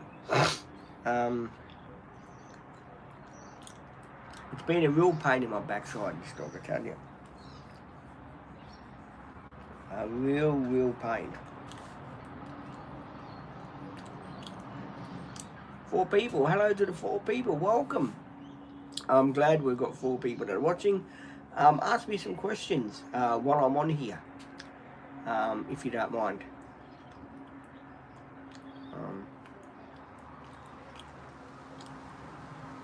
Izzy's always on here. Izzy and I, we do these live streams so people can talk to us and they can catch up with what we're doing and they can be part of us. Izzy's are you getting ready for Christmas? Are you, Izzy? Yeah, I don't blame you. Christmas is around the corner, actually. I know a lot of people are probably thinking, there is stuff in the shops already for Christmas that is on already up there for sale on the shop. So yeah, there is a lot of Christmas decorations that are out there that people are going to be buying and decorating the Christmas trees and getting ready for the festive season, which is pretty cool. It's good to see people that are, getting ready for Christmas and all that. And I mean, it's just sad that my barber went back to Melbourne. Now I've got to find someone else to give me a haircut. He was a good barber. He really was. We got on like a house on fire. It was the one that helped me with the mullet. I've got to find someone else that will just cut here, trim it here, but leave the hair long at the back so that I can put it up in the ponytail. So yeah, I do have to find someone. I know there's a hairdresser around here somewhere. It's hard because that little shop where I used to go to in that area there, that was a good little shop. I used to like going there for my haircuts and stuff like that. It used to be really cool. These days it's all changed now that I'm in this area, because that little shop too, you remember I told you about the nice curry they do? They do a mild, I don't know if it's a mild butter chicken curry, but he does it great. It really tastes fantastic. And poor people you're probably asking me, Izzy, what did you have for tea last night, Pete? I had stir fry with mincemeat and the nice sauce I had with it. I also had some curry in it, curry powder in it. Yeah, it was very, very, very delicious. I enjoyed every mouthful of it. So yeah, it was really nice. I did also watch a bit of TV. I did go to bed early last night. I don't know why, but stop that. I did go to bed early last night. Just feeling a bit tired, under the weather sort of thing, and that's why I had a night. Yeah, because Butch takes a lot out of you when he wants to go in, out, in, out. It's like a revolving door. You don't know if he's coming or going. And I tell you, that person is coming or going now. He keeps liking, unliking. It is what I know who it is. It's someone trying to make himself look pretty good. But mate, you're only making yourself look like a fool on the channel. But go ahead and do it. Every day you'll find a crazy on the channel. It happens that way. But most of you people that I love, I really do love you people that are on the channel that are not acting the fool and stuff like that. I really do respect you for being on the channel, and you know, you get some people that do take the mickey out of you because you've got a disability and that, and they do think, oh well, we'll play around on Peter's channel and get him really annoyed, sort of thing. And a lot of people will do that to you. At the end of the day, you've got to sort of let it ride, because if you don't, people are going to do it more and more to you on your channel. And you know, like this guy, he's continuous. Every time I do a live stream, I reckon he's, he's pretty jealous or something. That's why he's doing it. So guys, don't take no notice of him. He's just doing it to be aggravating, I guess. Mate, get a life. That's all I can say to you. Get a life. Start your own channel. Then you can do it to yourself. Yeah, you get people that do that. They're just people that are say with me that they've got nothing better to do in life, and they jump on. They've either probably been subscribed, have been subscribed to the channel, and probably think, oh, it'll be a good idea to get the host very upset on the channel and get him to show himself up in his true colours and all that sort of thing. And I get that. And there's a lot of people that do that to you on this channel, is show yourself for all what you're worth, and they'll get you to get yourself in trouble, so then you'll show yourself up on your channel, and then people won't watch it, sort of thing. So I get that, but that's okay, it's all cool. Is he saying 9:55? Is he? Yes, it is 9:55. Hang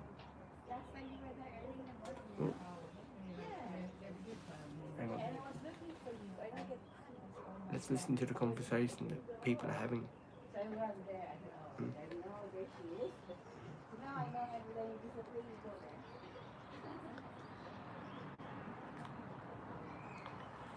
Looks like another support worker for another lady, which is lives here. Very nice lady.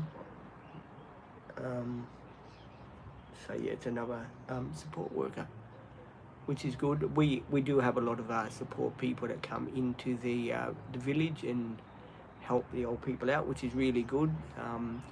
There's just so many people in need here in the village that they get looked after pretty good. And you know, every day you see new people turn up at the village, and it's really cool to meet new people and get to know them and share in their life and stuff like that. It really is cool. I am looking forward to summer months where I get to know people more and all that. But I've got to fall in. I've got to say too, I've got to fall out of the trap, and I'm always falling into it. My mother aggravates me sometimes. She'll say things that are not, because I was talking about my knee, having knee problems, about me dislocating my knee, and my mother says, oh, why can't you dislocate your mouth? And they're cruel things. They're cruel things that she says to me. And it really upsets me. That's why I take my hat off to you with all the problems that you got. You're living with your partner, you're doing your own thing. I really, really take my hat off to you. You're really doing it pretty good. I'm very proud of you, Izzy. As a mate, I'm very proud of you. I wish to God they'd find me my sealed housings sooner than later, because it's like day in, pick. You know how you pick it? You got a tooth and you pick at it, and it gets sore and sore and sore. That's what I feel like with my mother. She keeps pick, and yeah, it does get to you after a while. So and I'm always falling into the trap. I'm always biting back when I shouldn't be doing that. It's you.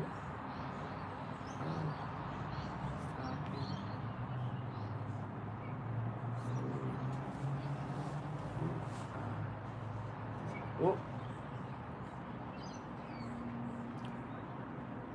oh. Izzy decided to retract that comment for some reason. Oh, Izzy put, "Are you okay?" I'm fine, Izzy. I'm an old soldier. No, I shouldn't say that because people probably think I am an old soldier. No, I'm not really.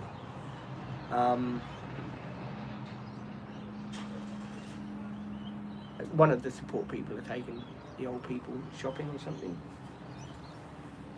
Mum and Dad got that service. I mean, when I get my sealed housing, I mean, you're going to have to find someone to take them shopping and all that at the end of the day. I mean, because I won't be around.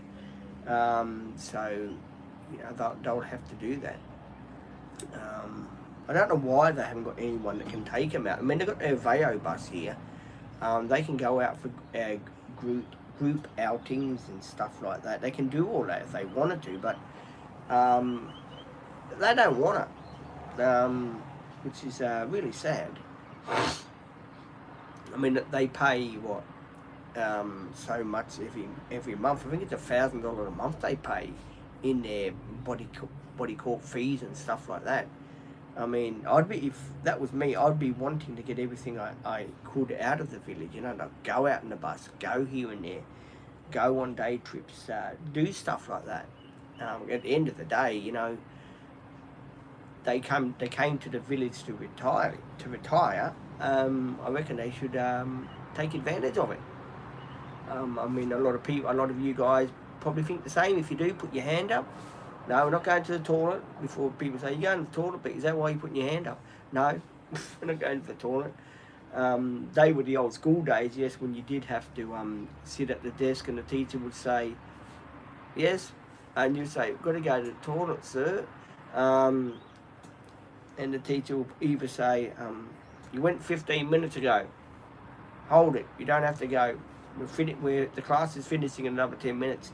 And I used to like, and at the end of the day, how you put your chairs up on the table, and you used to stack your chairs up on the table. I used to love that because I used to put my chair upside down, and when I'd walk past, the chair would fall down. People would get in the shits with me. I used to love doing that, just for a joke. I didn't do it on purpose to aggravate people. I used to do it for a joke, and it was very funny at the time.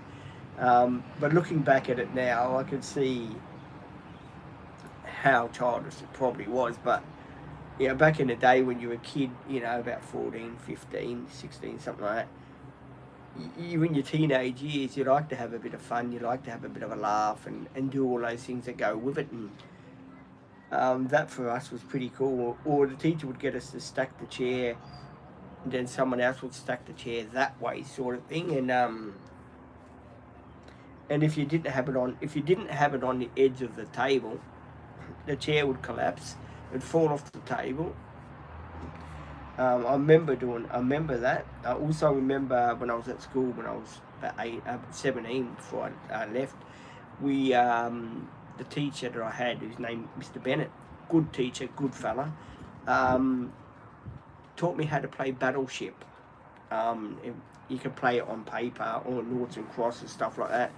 I used to play all that at school too, and that was pretty good to play battleships and stuff like that. At the end of the day, I don't know if many people had played that when they were younger at school.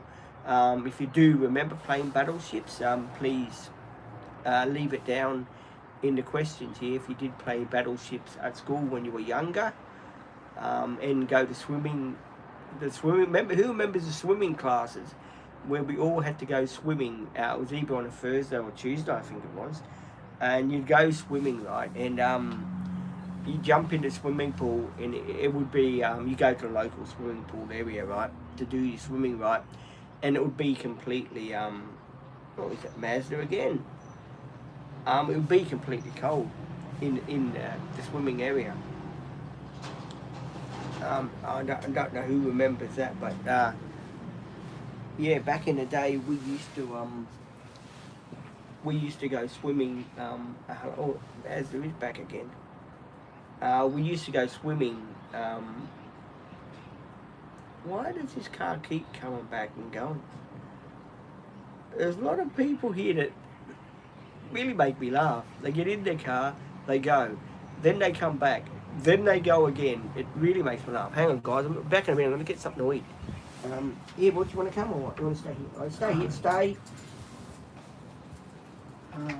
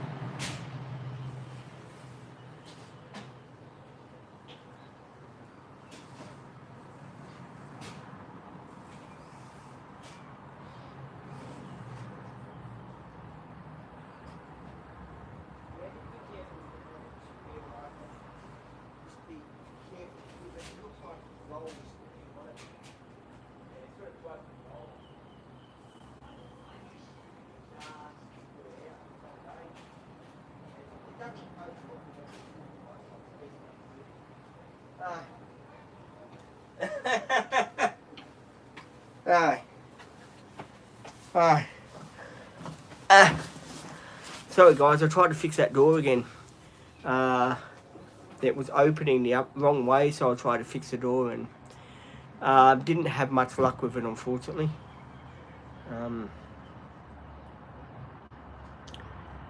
Most people say, "What's wrong with the door, Pete?" It doesn't open; it gets stuck, sort of thing. So it needs some work done to it, unfortunately.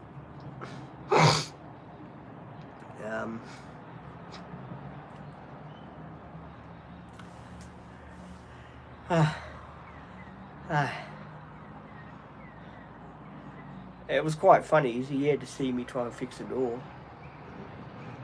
I don't know nothing about doors. You see how to fix them. You can tell a joke when the new girl comes. Yes, Izzy. Can you save the joke till then for me? Because I can't read the joke, so it's no good you reading the joke to me, because I won't be able to read it, unfortunately. But if you can wait till the new girl gets here, I'm sure she will read the joke for me with you. We're going to do it anyway. I'll try my best, Izzy, but I'm not guaranteeing anything. Knock, knock.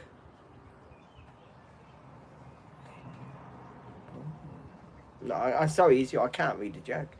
It's no good reading. It's no good you trying to give me jokes because I can't read them.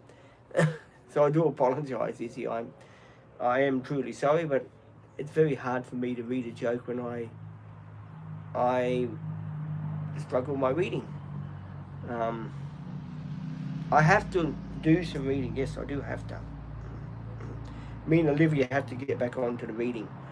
We've just been so busy with other things that have been happening, like remote controls I've got to sort out tomorrow, and all that dumb shit as well. So it does make it hard. But yeah, I do have to sort all that out.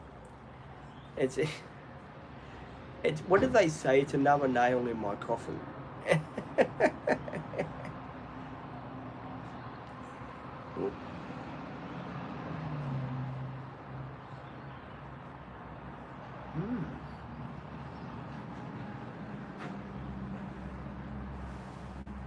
lady here that looks like a support worker as well. Look, she's going over. There's a lady that's a support worker. And she went over that way. So yeah, do get a lot of support workers here that do come in and see people, which is good. But the other side is more better.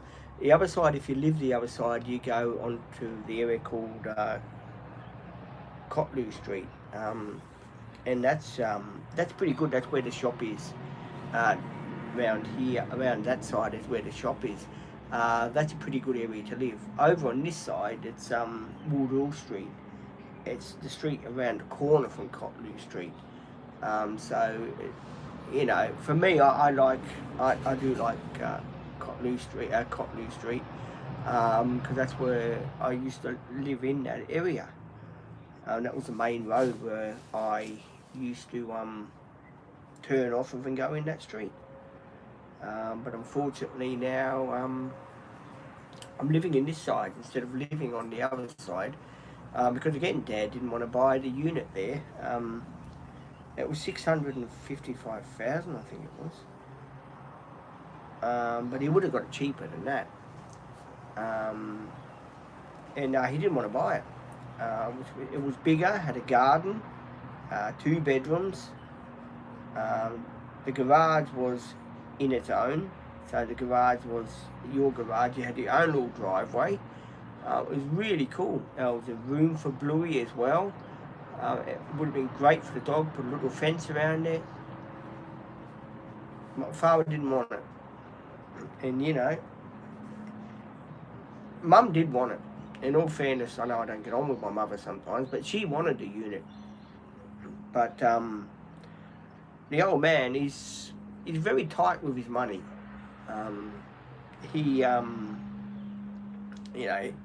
bought the cheapest unit he could buy in the complex, which was this one here. And of course it's on the other, it's where the traffic is, so you get a lot of traffic that is around in this area here. If he bought up there, he wouldn't have had, it was near the gate, he could have gone straight out the gate, he could have gone to Cotloo Street, he could have gone shopping there. There was a shopping centre, he could have just walked straight down it. It wouldn't be that far at all, but he wanted to go on this side, which is more further for him. So to me that's craziness. I mean, if I had my way, I would sell this, and if I had the money, and shift up there, if I was to stay in the village. There is 4 different body corps in different areas. So unfortunately we've got a man that's the man that's on body corp here, as you know, the one I often talk about on the channel. You know, I don't know, the people that voted him in, because he's been here for a long time apparently, and the people that voted him in, I don't know, they must have, I don't know, they must like the guy. I mean, I don't like him because he's a pain in the backside. I mean, the pathway, for example, now the pathway is broken where he drives his Bluey up and down on it, right? And his mobility scooter is pretty heavy, and one of the bricks are cracked because he's always running up and down on it with his mobility scooter. I know a lot of people are probably saying, sounds like you don't like that guy, Pete. I just don't like people that are smart asses, I guess. I like people that are genuine and, you know, they look out for you and they're good people and they don't give you a hard time and stuff like that. This fella likes to bully people, and I don't like people that bully other people. It's not right. I'm a believer that, you know, if you're on, you know, body corp, whatever you're on, you should be there for everyone and stand up for everyone and be their friend, not their enemies. At the end of the day, you don't need people to be your enemies. I mean, there's enough enemies in the world. You don't need more of them. Let's put it this way. I know a lot of people are saying, Pete, turning into a speech operator now. No, I just speak as I find. And that's the way I see things. Izzy saying 10, 13. You are good. You are good, Izzy. I like the way Izzy comes out with the time. It's like being on the National 9 News network. You're really cool, Izzy. I do appreciate you being here. People must love me because they're sending me love hearts and all that. Or is that you, Izzy, sending the love hearts and all that for the channel? That's not me making a noise. No, that's someone in the bin.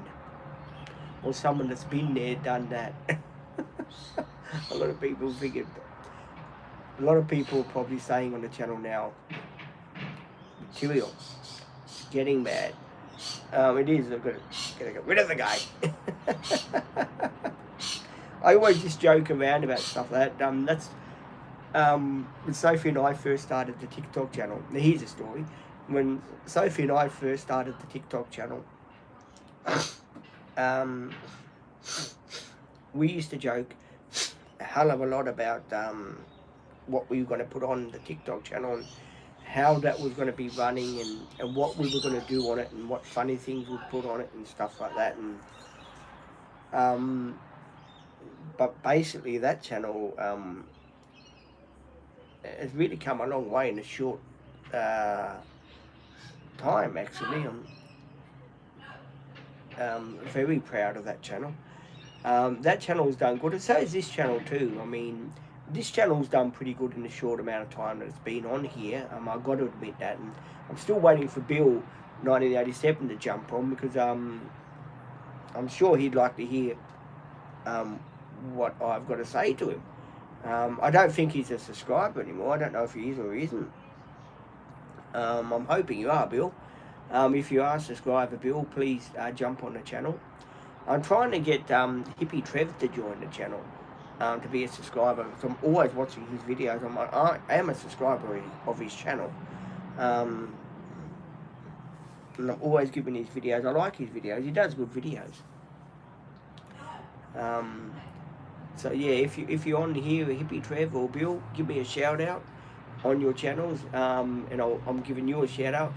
Go and subscribe to Bill 1987. Tell him Pete sent you over from the Dream Team for me to go and watch your channel. I'm sure he'd very much appreciate that. I know that Bill's got 295 subscribers on his channel. I know he's been doing it for quite a while, his YouTube. So if you do want to go over to Bill's channel, 1987, show him a bit of love. I'm sure he'd very much appreciate that, if you wouldn't mind. I try to plug everyone's channel that I like. Like Izzy's channel. Go over to Izzy's and give Izzy the love as well on her channel, because I'm sure she'd very much appreciate all the love and respect that you guys can give her for her channel. She does a good job on her channel. So do Hippie Trev and Bill. They do good stuff, good content on their channel. And you know, sometimes Hippie Trev gets a lot of negatory on his channel from people that are saying, you know, bad things about him. But generally, he's a pretty honest fella. I like watching his channel. I love watching the van trip that he done from Melbourne to Adelaide and then back from there to Queensland. I love watching all of your stuff, Hippie Trev. It's really good. I really enjoy it. And Bill's stuff. I love watching Bill's stuff. And I guess they're my favourite two local people that I do support their channels, because Hippie Trev tells the stories and what he's doing and showing what he's doing and all that. And it's funny because he lives in a bus, Hippie Trev, but he's the most funniest person you could ever probably watch on YouTube.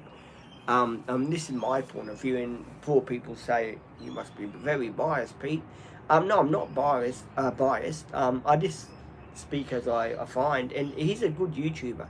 I've been watching his stuff for more than maybe 2 years now. Um, I think it was before I started my channel. I think he only had 3,000 subscribers or something. And he has gone up quite a bit now in his videos and stuff like that, which is pretty good. I like to see someone like Hippie Trev that has gone up with their subscribers, and the stuff that he does on his channel is pretty good. He puts himself out there, and if he can't do something, he'll figure it out, and he'll make it work. And that's what I like. I like seeing people that have a go at something, even though we don't know what the hell we're doing. We just get out there and we'll try, and these are flies. No, I didn't shit myself. That's why the flies. I'm not dead. And people are wondering, why you got all these flies coming around you, Pete? What happened? What did you do? I did nothing, guys. The flies are just here to be a pain in my proverbial. That's why the flies are here. They're flying around solo. The solo flies. That's why they're here. And Izzy's got 501 subscribers. So Izzy, you should have more subscribers than that on your channel. I'm sorry, you should. For me to get you up to help you get up to that many subscribers as you got now was a bit of a battle. So it was a bit of a battle for me to get Izzy up to the subscribers that she really did need. I mean, I don't know why people just don't go to Izzy's channel and watch her content that she does. And you know, just give it the thumbs up, give it the like, and all that she deserves.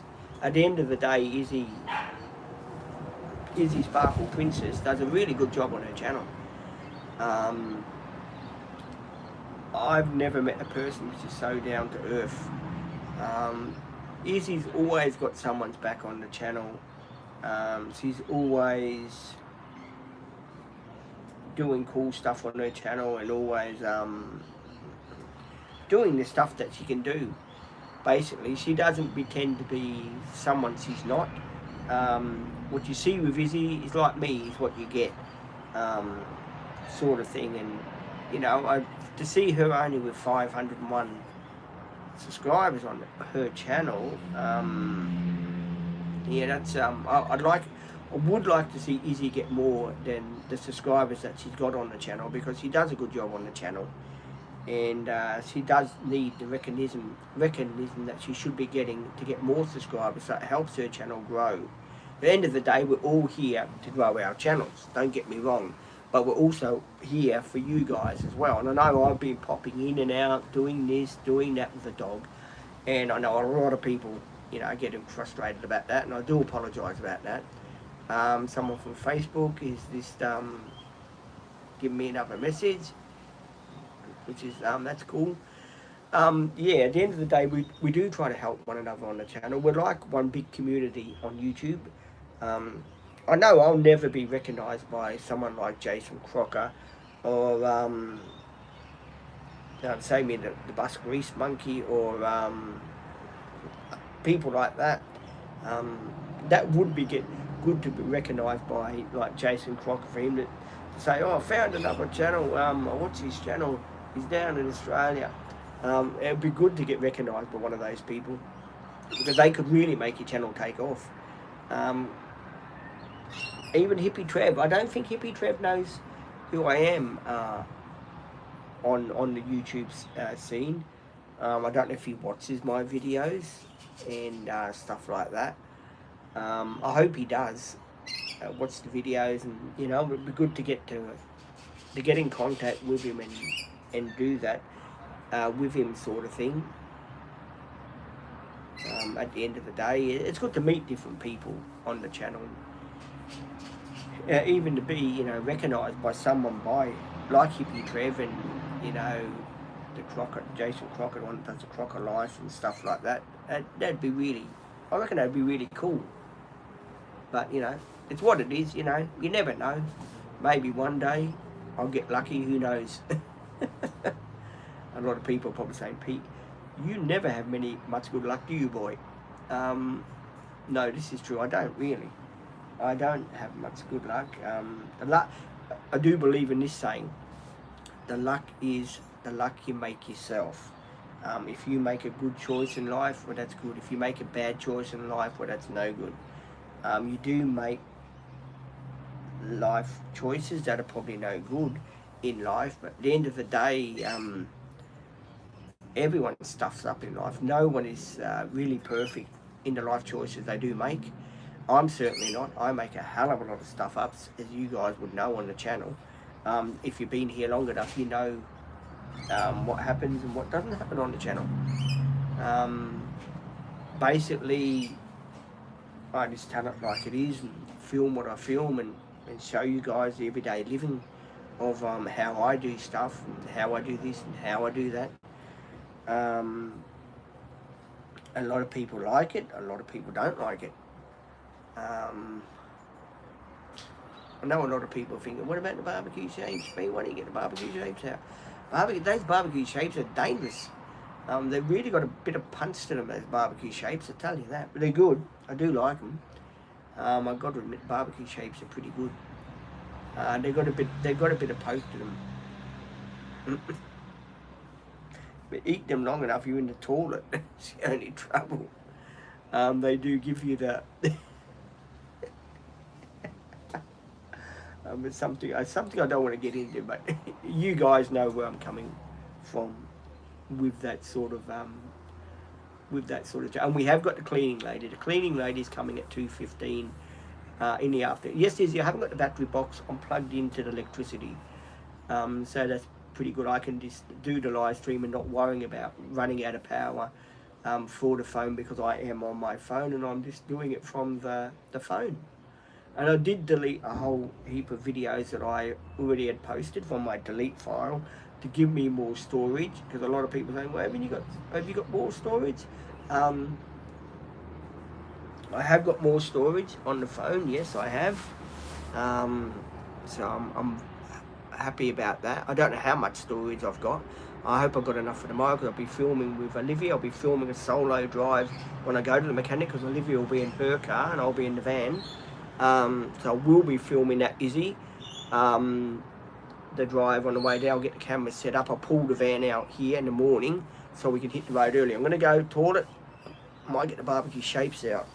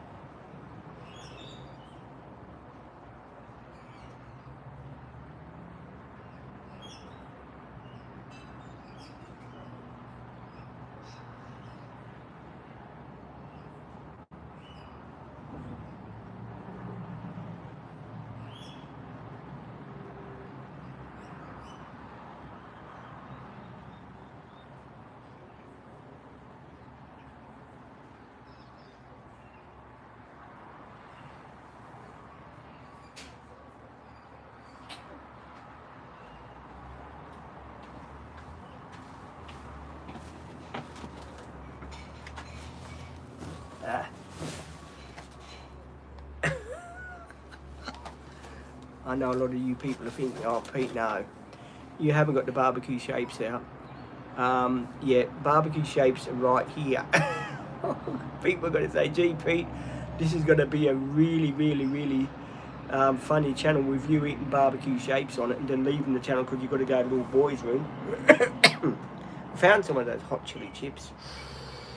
They're worse than the barbecue shapes. They've got chili. And chili really makes you hot. What did I have yesterday? I had the chili, and I had something else that really made me go to the little boys' room. I don't know what it was, but I had something that made me go to the little boys' room, and yeah, it was very, very hot stuff. I don't know what it was.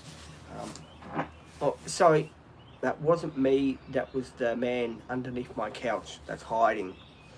I've got a little man underneath my couch and he's hiding. A lot of people are saying, bullshit, Pete, you haven't got a man underneath the couch hiding. You just made that one up. I did for comedy reasons. There you go. I'm just waiting for someone to say something because I know a lot of people are probably wondering, do you do live streams like this all the time that go for this amount of time? I do. I like talking to people. I like being here for people.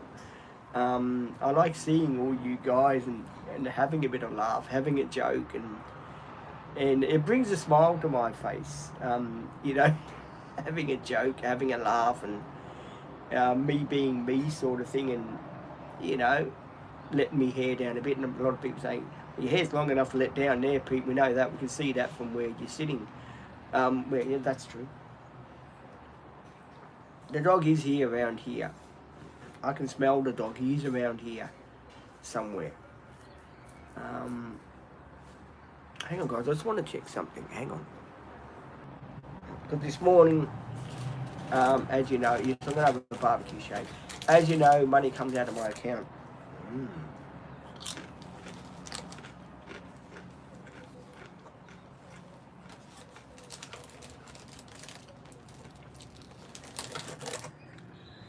Mm.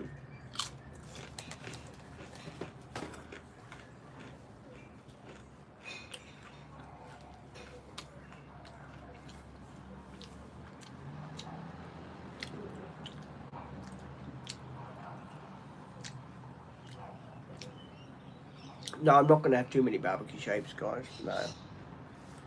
No, they do. That trouble with barbecue shapes is you just can't eat one. People are saying, what do you mean you can't eat one, Pete? Why can't you just eat one and just put the packet away? Because they get it, they're addictive.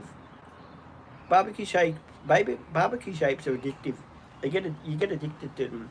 Like you'll have one, then you want another one. At the end of the day, I got a pain. My mate Rex, he had barbecue shapes, right? And we were sitting down, and Rex says to me about barbecue shapes. He said, "Well, Pete, I got a pain." He had a pain in his tummy, right? And I said, well, "What's the matter, Rex?" He said, "Bloody barbecue shapes."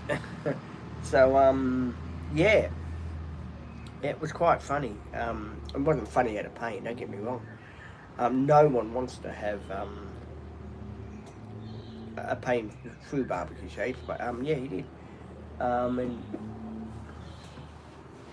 it was really funny. Suppose people are wondering what's the bill going to be like tomorrow, Pete. I don't even want to think about what the bill's going to be tomorrow. I'm hoping it'll be under $1,000. I'm hoping. I don't even know how much a starter motor is for that thing. Maybe 200, 300. I don't know. It could be 500. I don't know. I don't know. I'm hoping I'll do it for under $1,000 in the petrol filter because I've got to get to the petrol tank. That thing sort of had a new petrol filter in before I bought the thing. That would have been the ideal situation. Why it hasn't. Again, I'm in between. I was watching that guy on YouTube, the one that sells those camper van things. And they're 2009s, 2010s. I thought they were 98 models. But the 2010s. And the guy that sells them, he's got a Japanese wife. He's got a YouTube channel as well. He lived in China for a long time. So he's got people on the ground that buys those Japanese import, like camper trucks sort of things set up. And I was watching him this morning, and I thought, gee, how cool. And some of them is, there you go, Izzy. They're a Toyota, and they've got a 3-litre diesel motor. Some of them are 2.5-litre diesel. Some of them are 2-litre, I think. So that's pretty good. He's got thousands, not thousands, he's got about a couple of hundred there, I reckon. The other yard, I think he's set up with a couple of hundred of them there. And I was looking at them on the internet and I'm thinking, oh, that's pretty good. Not realising probably how much trouble you do probably have with one of those. So I guess, you know, he's been in the business for, I think, more than 20 years. But it hasn't been in that location, I don't think, for 20 years. I could be wrong. I know there was a boat marina, and then there was another car yard that took over there. And then I think he got into the game there. I do remember there was another car yard there that was there. How I remember that is because back in 1992, when 1992, 93, I think it was. As you know, I had a little whole Gemini car, right? And I wanted to trade it in to buy a van, as most of you people would know. And at the time, I didn't have a good deal of money, and I saw this van, Carrago van there, and I remember he wasn't there then. There was a different man from a different yard that used to have that yard.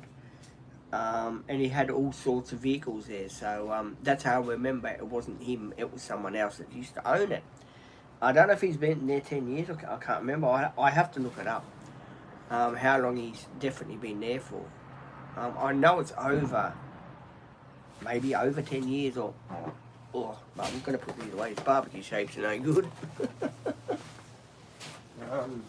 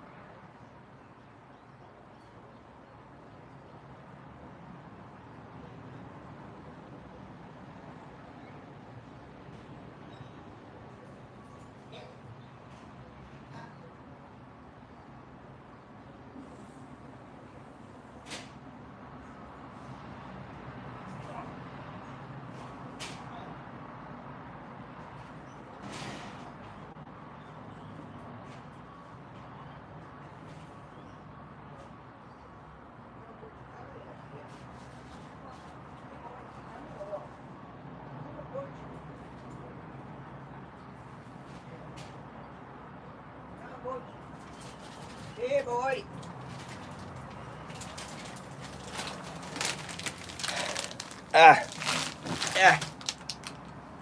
Butch is here with me. Yes, Butch is back. Before people ask me, what do you got now, Pete?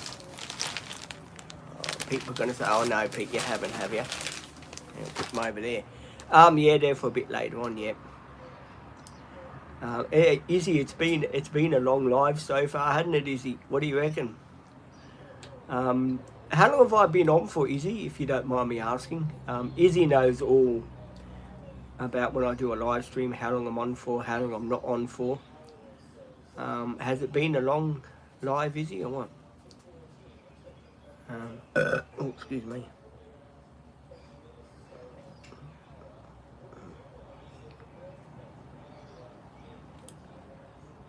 Let's wait for Izzy to let me know how long I've been on for. Sorry, lost internet. Oh, okay. Izzy, how long have I been on the live stream for? I mean, I'll keep it going to what's the name of live, so that's fine. I know a lot of people are wondering, geez, how do you stay on these live streams and you find nothing much to talk about? You don't answer our questions. I know that's why a lot of people have probably left, because they probably think, well, we go on the live stream with Pete, but he never answers the questions or anything that we put to him. I do apologise for that, guys. I do apologise. I really do.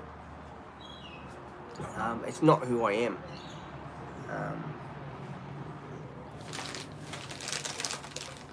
I have got the chickies. We'll try one and see if they're stale. Hang on. try them. Hang on, guys.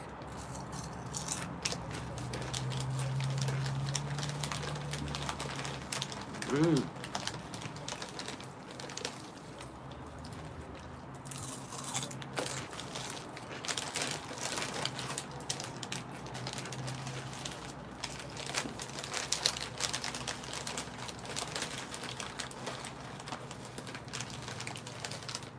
Mmm.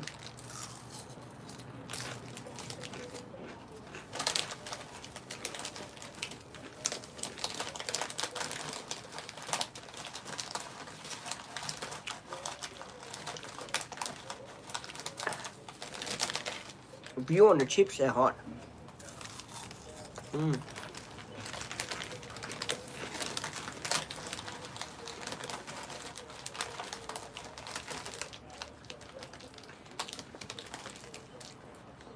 Very hot.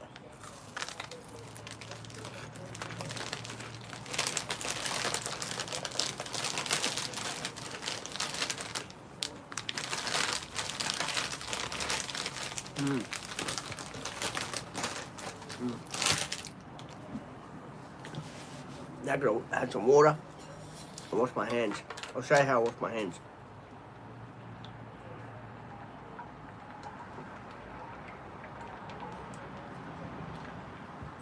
Don't laugh, they're hot.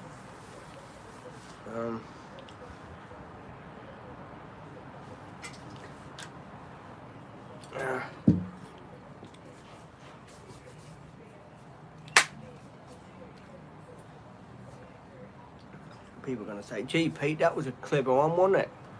You made your fingers nice and Bloody, I need some more water. Bloody hot."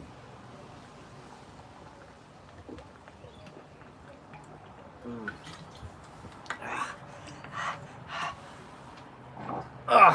Yeah, they're going through it, chips. A lot of people are probably saying, "Pete, do not leave a calling card." No, I won't. I won't drop my lunch either. Because a lot of people probably, many sayings like that. Drop your lunch, calling card. A lot of people are probably wondering, what do they mean, Pete? It's sort of a toilet joke sort of thing, you know. Us Australians used to say, back here in Australia when we used to have a mate or something, most people used to say, "Oh, don't leave your calling card, mate." Oof, excuse me. They are chilly, they're hot. You know what they say, when you're hot, you're hot. When you're not, you're not. There you go. Izzy's probably saying, "Peter's had something to eat, the jokes are coming out." I do try to be jokeable on the channel. For most people that know, I do put myself out here a lot on the channel, and as you've seen over the past hour that I've been on the live, or more that I've been on the live, that we had that person that kept trying to come in and out. What do you got? Oi, leave. Tried to come in and out of the live stream, you know, by liking, unliking, liking, you know, that person that was doing what he was doing. I think he must have gone to bed. I think he's from overseas or something. Borge, what are you doing? Lid. Dog is going to get the lid, that was all. He was just playing with a lid that he found underneath here.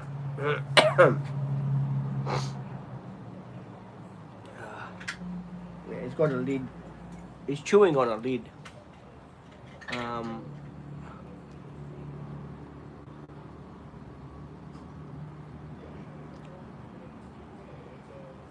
As long as he doesn't chew on a remote control.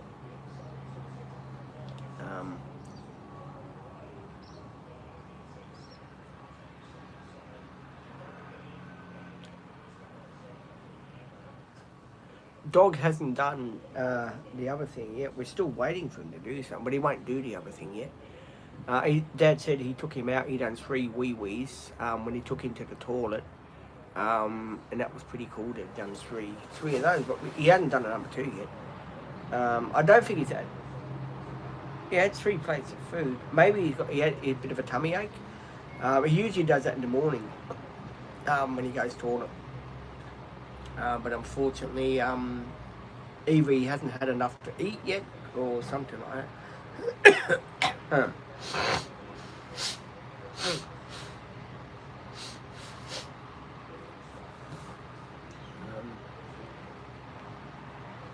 Oh, I'm just watching, guys. They're building a house across the road. They've been building it now for the past 3 or 4 weeks now or more. And I think there must have been a delay in windows and stuff like that for the house. And they haven't been able to build the house properly. A lot of people probably think that turn off you got, Pete, to go to the other end. It is a funny turn off. I mean, I could have just gone down that road there, which is more easy. Because there's no traffic lights sort of thing, it makes it very hard. Because you've got to come into the traffic again, then out through the other end, which is a bit of a pain. See if I can find a different way to Savo. I'm sure you're all going to wait to see Marina.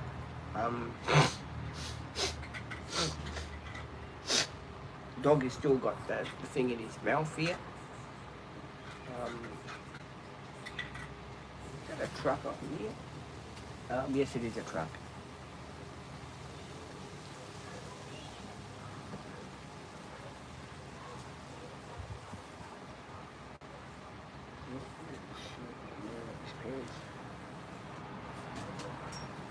Just hold the dog.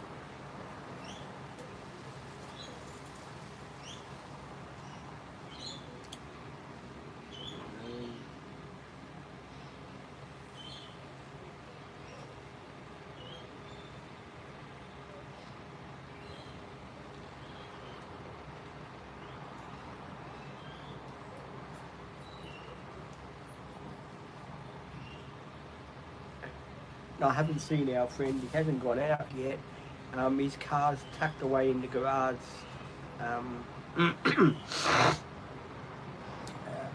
He went out twice the other day. He's quite lucky where he lives, because he lives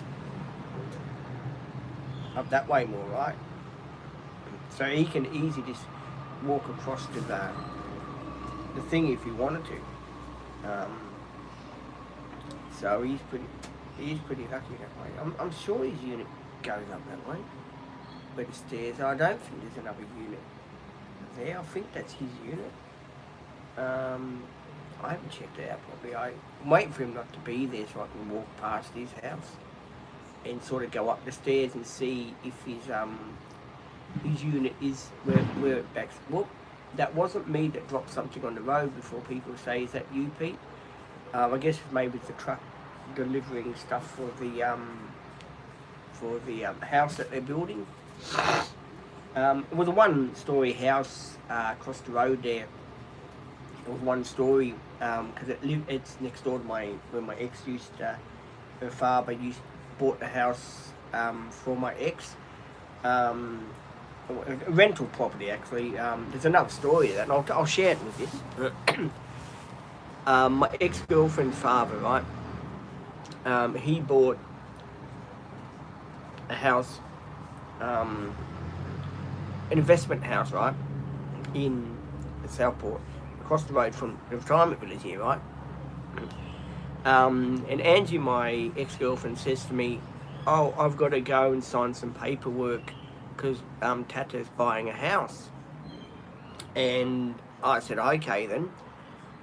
And then after she'd done the paperwork, and I said to her, because he got the loan for the house apparently in her name, and I said to her, after she'd done that, it was about a week ago, I said, who's, because they bought the house, they put the offer in for the house, they got the house, and I said to Angie, who's the house name in? And she said, oh, my house. And I said, well, you know, how come we can't rent your house? You know, get rent assistance, and I can rent it with you. And Angie, you know, said to her dad, you know, oh, how come Peter and I, we can't rent the house, you know? And Angie's dad said, oh, investment properties, you, Angie, cannot afford rent. End of the day, I must make money on house. I cannot rent house to you, Angie. You cannot afford rent. And I'm thinking to myself, and I did a. Sorry, guys. That was a call coming in. Tried to bugger up my live stream. That did. Do apologise for that. Oh, in a good live, then what was I talking about? Angie's TV thing. Angie's what do you call it? Say with me her thing that she had to do, and I said to Angie, we should be able to rent the place, and she had to talk to her dad, and as I just said, her dad said, oh no, it's not for you. You can't rent it. Too much money. You, Angie, won't be able to afford it, and sorry about that, stuff like that, and I went up to Angie's dad and I said to him, oh Mick, how come we can't rent the house? And he turned around and said, oh, you, Angie, cannot rent a house. It's too much money for you, Angie, to rent. And I didn't want to get into any argument with him, because at the end of the day, it's in Angie's name, wasn't in my name. And I said to Angie, you got to tell him that you want to rent the house, because the house is in your name. And then Angie's mum got in the act, and Angie's mum said, oh yeah, but that's nothing to do with you, what we do in our family. And I said to her, but look at Angie's Angie got the loan out for the house, right? Surely we should be able to to live in it and rent it out. Angie's dad said, I'm charging so much a week. I think it was 300 or 400. Why you need big house like that? You and Angie can have small house. Why you must have big house like that? And at the end of the day, I turned around and I said to him, okay, then fine, fair enough. And we were made to go to Gold Coast Housing, right? And Gold Coast Housing found us a house, right? A unit, sorry, a townhouse in Surfers Paradise, right? So they found us a house in Surfers Paradise, right? We rented there, and I said to Angie when we shifted into the house in Surfers Paradise, because her dad was making this great big fuss about, she had to go to Croatia for a holiday. She was going to go all over Europe for 3 months, and her father said, oh, you sure you want to rent that unit? You sure you don't want to wait till we get back? I said, but her name, and we had our name on the list for the Gold Coast Housing, right? And it was there for a reason, so we could rent a unit from Gold Coast Housing. You get it cheaper, all right? And that's why they called it Gold Coast Housing.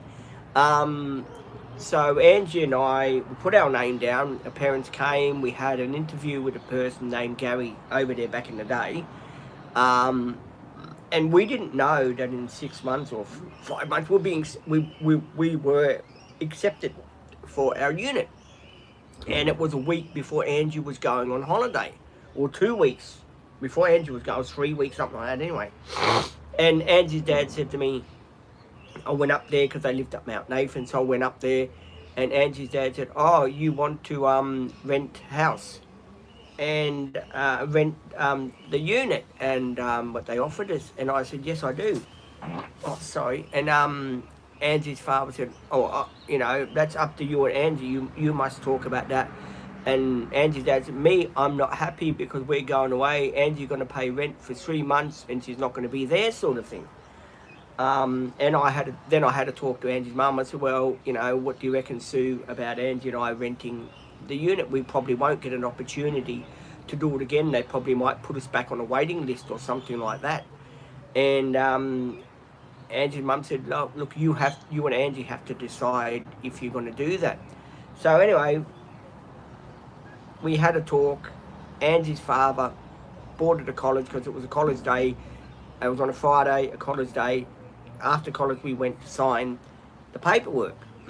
And I said to Angie in the morning when she came to college, her father dropped her off, right? And I said to Angie, well, what do you reckon about the house? And she said, oh yeah, I like it. Because we went to have a look at it previously. We had the keys, went to have a look at it. And we went on the Friday, we signed the paperwork and got the keys for the house, the unit and that. And I said to Angie, you know, we're actually shifting in. I cannot believe it. Um, Angie was over the moon. As you know, Angie didn't talk much. She had a disability with her talking. Her Croatian and English would get mixed up together, and she could not get her speech out properly. So I said to Angie, okay, so I rock up on Saturday morning, nice and early, about 7:30, 8 o'clock in the morning. I rock up. Angie gives me a call. I had a mobile back in the day. I think Nokia. Was it Nokia? Maybe the 3315 I had, I think. Angie gives me a call and says to me, I'm going to soccer. After that, I'll be around to clean up a bit. And my father's bringing the furniture for us, right? And that was another story. So Angie's father, being Yugoslav, nothing against Yugoslav people. If anyone's watching that's Yugoslav, nothing against you at all. So what happens is, I rock up to my place.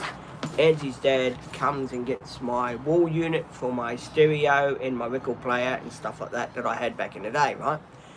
And I asked my father if I could take the bed, my double bed, so we could sleep on it. And Dad said, oh no, if you take the bed, if we got guests that come over, how are they going to sleep on the bed if there's no bed here? Which was understandable. So I turned around and I said to Angie's dad, no, Dad won't let me take the bed, but he'll let me take the barbecue. So Dad gave us the barbecue, very nice barbecue he gave us. And Angie's father, then we went to Angie's uncle's place. And Angie's uncle was having a word. Angie's uncle, Mick's brother, were having a conversation in Croatian about what was going on, right? And Angie's uncle was saying something, and Mick was upset. Why not, father, not give bed for you where you and you're going to sleep tonight? And yeah, come about 6 o'clock at night, because I had to take Mum to church in the van and come back to Surfers Paradise. So I rock up, I come back, and Mick's already there unloading Angie's furniture. That gave us a second-hand coffee table and stuff like that. They had lots of money. These people had lots of money, right? But they didn't want to help the disability daughter out, right? And they rocked up, you know, with the table, a sofa bed, and stuff like that. And I said to Angie's dad, because the sofa bed had to stay downstairs, because that was a couch as well. So that had to stay downstairs. And I said to Angie, where are we going to sleep? And Angie's dad said, oh, you must sleep on sofa bed. And Angie said, why can't I bring my bed? So Angie's parents, right, they would not let Angie bring her bed, because they wanted Angie to stay there 2 nights a week at her place, even though that she moved in to our place in Surfers Paradise, where we used to live, right? And that made a bit of trouble for me and Angie, right? Because I said to Angie, well, where are you living? Are you going to be living here, or are you going to be living with your mum and dad? You've got to make up your mind where you want to be. So Angie said, no, I'm living here with you. So I come up with the idea to get 2, what do you call those, folding bed things, you know, folding bed. I put 2 together, and we slept on that. And it was the day that Angie had her birthday, because we invited our teachers and all that to share in Angie's birthday, and her mother and father came, her uncle came and stuff like that. We had a good time, right? And her teacher said to us, how come you and Angie haven't got a proper bed? What's going on? And I said, well, look, my mum and dad won't give us my bed, and Angie's parents will not give her bed. And anyway, Angie went away on holiday, right? And because I had an argument with Angie's mum previously, before she went on holiday, 2 days before, I had an argument with Angie's mum. They wanted Angie to go up there, do the packing. Fair enough. It was dumb of me to have an argument with her. I know that. So I had an argument with Angie's mum. I said, look, I don't like the way you're bossing Angie around. You know, why does she have to come up and do the packing? Why can't she come up during the day and just come back up here at night? So anyway, I had to go at Angie's mum, right? And of course, Angie's dad found out about it and tried to keep Angie and I apart till she went on the holiday. So we get back. Angie gets back from the holiday and wants to come to Surface after the holiday to move in full time, you know. And Angie's dad, I rock up, pick Angie up because I wanted to take her home. And Angie's dad said, I'm not very happy about Angie going to Surface. I'm not very happy. And I said to him, yeah, but isn't it up to Angie and I to talk about this and see what Angie wants to do? And Angie's mum said, leave her, Miro. We'll go pick Angie up later. You, Peter, you go talk and let us know what you decide, Angie. Her mum was good like that. So, and again, I said sorry to her mum, apologised for, you know, why I said what I said. And I said, well, look, I was upset and stuff like that. And yeah, she understood that. And anyway, cut a long story short, Angie and I, we went upstairs, we kissed, hugged. I bought a bed that was had a mattress. I bought it from, I don't know where, Amart or something like that. I bought the bed from, right? And I said to Angie, what do you want to do? Do you want to move in with me here and live as a couple, or do you want to break up? Angie said, no, I want to move in with you. And I said, okay then. So her mum and dad came. I put my case to them. I said, look, I want Angie to move in with me. She wants to move in with me. I made a mistake. You know, I said things I shouldn't say. I apologise, but that's the way I am. And Angie's dad said, well, look, up to Angie. Angie said, no, I want to move in with him. So I think it was my birthday. Angie bought me some, I don't know, tools or something. So Angie rocks up for my birthday because that's the day she moved in. Well, my birthday day is the day that Angie moved into the unit, right? So Angie rocks up and with her suitcase and stuff like that. And I was over the moon. First night together in our unit, I was very, in our townhouse, I was very happy. So Angie rocks up, we settled down, we went to Mum and Dad's for tea, we came back, and I said to Angie, are you happy? And she said, yes, I'm very happy. And those days, at that start, we didn't have a job. We went to the organisation to get jobs and stuff like that. They took the money out of our thing, and Angie had rent assistance in her name. Fair enough. And then I went back to the unit, and this is where it starts to get a bit tricky in the relationship sort of thing. Angie's mum would always be phoning her up, you know, oh yeah, come to our place, come to our place, come to our place. And it was at Mount Nathan. And as you know, I had an old van. And from Mount Nathan to Surface was about half an hour drive in this old Tarago van to go up a hill, a big hill. And they wanted us to go there 2 or 3 times a week, right? But if there was any car repair bills, that wasn't Angie's problem. So I said to Angie's mum, well look, I don't mind bringing Angie up and stuff like that, but I said we've got to go half and half in the repair bill. And who's Angie? Angie was my ex-girlfriend. I'm just telling the story about me and Angie, how we moved out into Surface Paradise. Angie had disabilities, I had disabilities, and we decided to get we put our name down for Gold Coast Housing to get some accommodation so we could live as a couple, right? And we moved out together and stayed in Surface for about 4 years together. And I'm just telling them the story how Angie's dad said, you know, because he wanted us to go to Mount Nathan 4 or 5 times a week, right, to see him. It's because they had a newer car. I think they had a Falcon or something, an ex-cop car or something like that. And I said to Angie, you know, it's too much to go up and down 5 days a week. And Angie said the same thing. Said, no, I don't want to come up every day. And Angie's mum said, oh yeah, but I need you to come up to clean my house. And this is when I got a bit upset. And I said to Angie, what about our house? Aren't you going to help me clean the unit? So anyway, Angie said to her mother, no, I have to clean our unit. And poor Angie was getting so tired after cleaning Angie's mum's place, which was 5-bedroom, it's 2-story, right, up at Mount Nathan there. She was getting so tired that when she came, I mean, she had 2 days where she didn't see her mum, where she used to just wait for me, you know, to get home from work, or would go to the beach for a walk or something like that.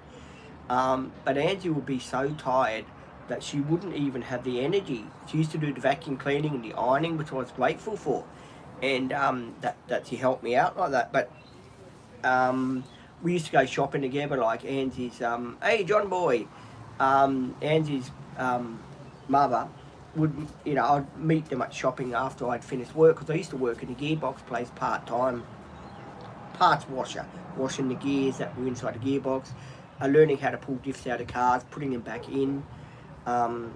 So I would say to Angie, because she'd call me on my phone at work, I've got a mobile phone, you know, and she'd call me and say, oh darling, can you meet me at the shop?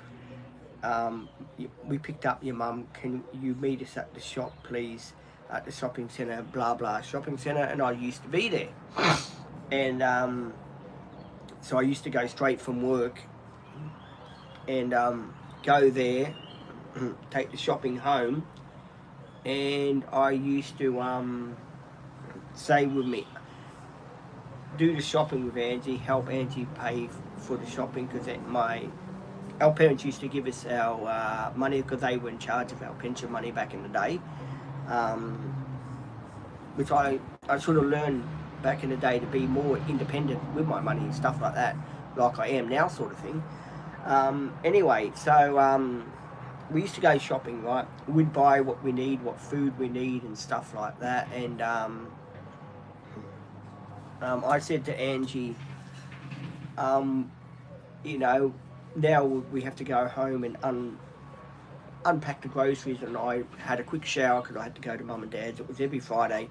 We used to go to mum and dad's for tea, right? So I'd go to my parents' place for tea, which was here in Ashmore. They used to live, right? So we'd go to mum and dad's place for tea on a Friday night, right? So then, and this is another story. People are going to say, gee, stories coming out, people like them. I was at work one day at the gearbox place, and I had this phone call from mum, and she never phones me out, not at work, unless something's really urgent.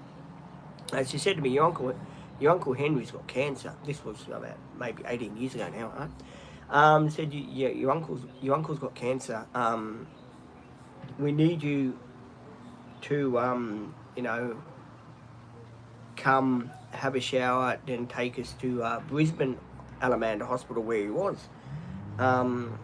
So I said to Tim, well, look, this is what's happening. You know, my uncle's got cancer. He's just been admitted to the hospital and stuff like that, and I have to go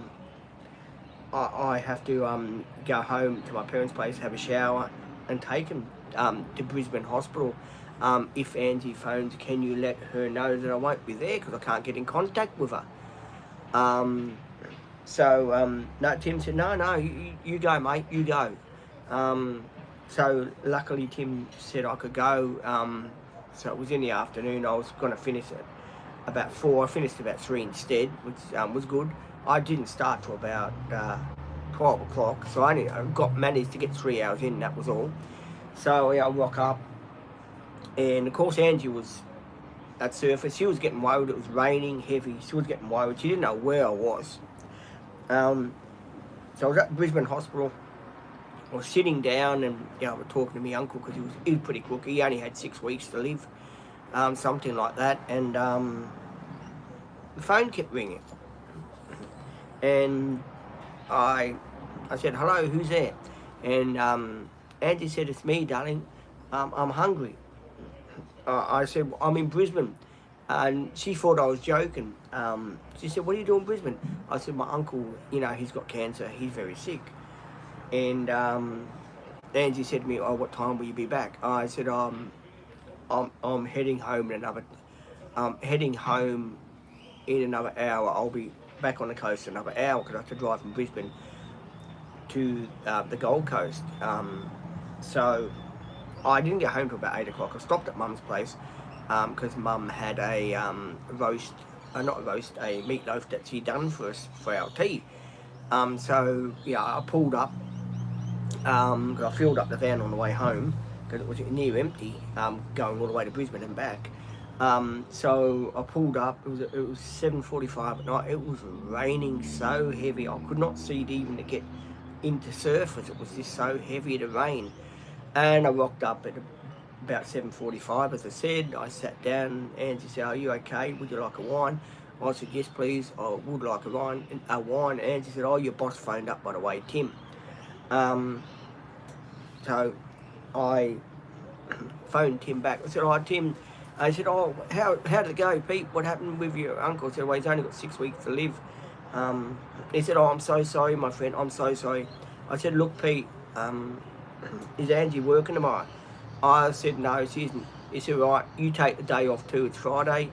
You come back on Tuesday."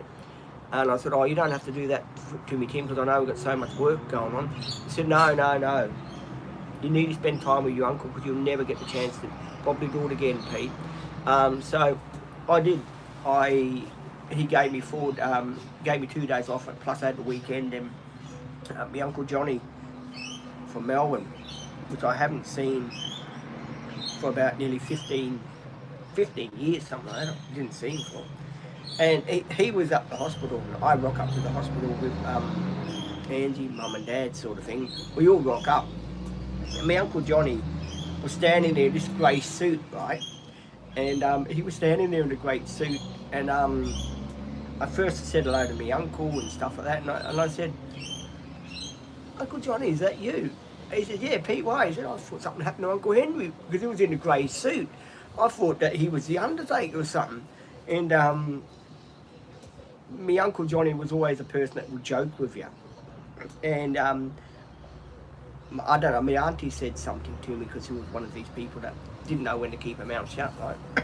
And my Uncle Johnny said, "Well, it was a rough time for everyone. We were all going through it, sort of thing." And my Uncle Johnny said, "If you ever say something to him again, I'm going to put you over the balcony," because he didn't like people that used to pick on me, Uncle Johnny. So we get there, and Uncle Johnny said to me, "Oh, I'm coming down to the Gold Coast on Saturday." And I said to him, "Where are you going to stay?" He said, "I'm going to stay with your parents." I said to Angie, "We got a bed.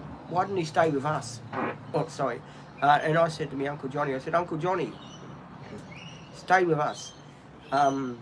"Okay, Pete." And we brought him round. We took it all to surface. We all went to surface to have a meal because we were all feeling depressed, and it started bucketing down. I took my Uncle Johnny to show him where I used to live. I showed him where I live and all that. And I said, "Oh, you live here, Pete?" He said, "Yeah." So I got my Uncle Johnny settled in, and I had to go to work the next day. And I was on my way to work, and my boss phoned up and said, "Oh, Pete, don't bother coming in. I'm at Sydney. I'm in Sydney. I won't be back till tomorrow. Take another day off." So I said, "Oh, okay, fair enough." So I rock up at my place where I dropped Uncle Johnny off at my parents' place, right? So I rocked up at my parents' place. I let myself in. my Uncle Johnny said, "Mel, what are you doing here? I thought you were going to work." I said, "Oh, the boss phoned me up and told me not to come in because he was at Sydney." And my Uncle Johnny said, "Oh, okay, fair enough." So I took him around a bit, and my father came back from where he was. I don't know where. He might have went up to Brisbane or something to see me Uncle Henry. I don't know. He came back and he said to me, we're going to see our friend, his friend Costa, which he passed away now last year, which was pretty sad, and so did his wife. And so I went, and I said to my father, I said, "Oh yeah, I can take it. Well, I can take it to see Uncle Costa, because it was only about 10-15 minutes down the road from us in Ashport at Benoa." So I took him there, and I said, "You know, I will have to leave, but to pick Angie up from surface." So Angie gave me a call and said, "Oh, darling, I'm ready to be picked up now." And this was about an hour after I'd been there, because I had my godmother there too, because she came down from Melbourne too to see my uncle. So we all rock up. It was an hour later. I had to leave, and my Uncle Johnny was staying with us, and then I think it was Angie's birthday. We all went for Angie's birthday to the Greek restaurant. And things were going okay, and then Angie's father kept putting more pressure on me. You got to come up more. We need Angie more. Angie's mum's sick, and I was sorry that she had cancer, and I was very sorry to hear that. I took Angie to the hospital every day. It was a private hospital, Bandura Hospital. Bandura. It was a private hospital here on the Gold Coast, at Benoa anyway. So I took Angie there every day to see her mother. And I said to Angie's mum, "Is there anything I can do for you?" And she said, "Oh no, thank you, Peter." He said, "You just bringing Angie here is thanks enough." So I rocked up with the family. Was there. We had a joke. Angie's brother was there, and I'd have a joke with him. The little boy was there. Her other son was there. I'd have a joke with him and stuff like that. And I said to him, "Oh yeah, is everything all right with Angie's mum? Can I do anything for you?" And she said, "Oh no, everything's all right. I just I'm doing this, I'm doing that sort of thing." And I said, "Oh, that's fine," sort of thing. So I got on fine. I used to take her up twice a week to help her mother do the cleaning and stuff like that. And basically I got on fine with Angie's mum, better than I did her dad. And I used to go up there for Christmases and everything. And I first started to sleep up there when before we got our Gold Coast housing. We had a meeting with our parents because we wanted to stay at each other's places on the weekend. We wanted to be together on the weekend, sort of thing. And I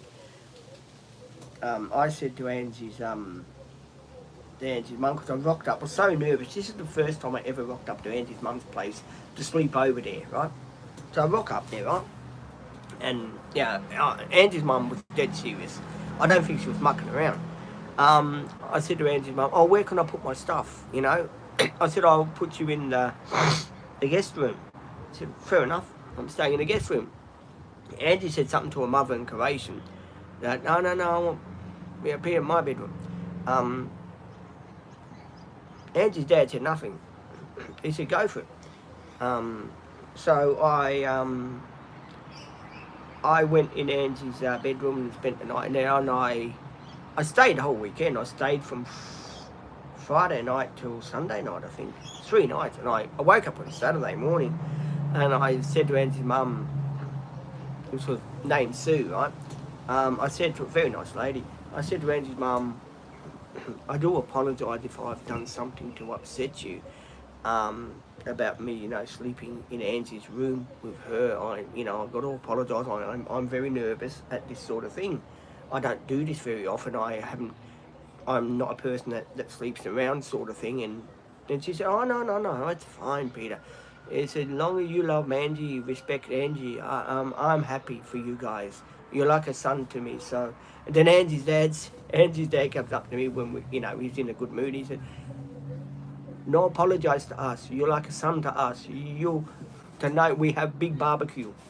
Um, so yeah, we spent the whole day there. We didn't go out. We sort of spent the time at Mount Nathan, and Angie and I were playing video games with her brother, car racing, and I was up and down on this green machine with her brother, up and down the driveway the whole day. And I had a few beers with Angie's father when we done the barbecue, and we had wine and stuff like that. It was really good. I really enjoyed it. That was the first time that we sort of stayed at each other's places. And she would come to my place, and we only had a unit.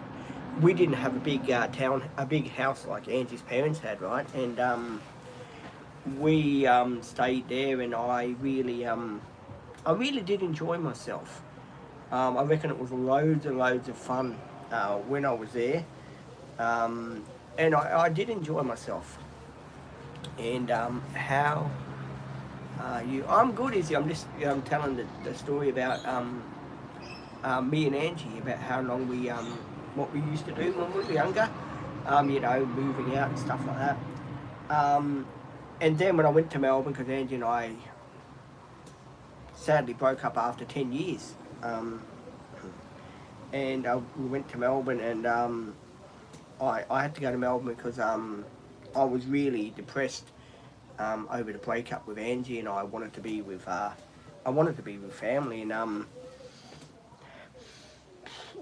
dog wants to go for a shit. And I said to Angie, Angie really didn't know what was going on when we broke up, because it's 11:21. Oh, I know it is. Oh, I can stand up. My legs are gone.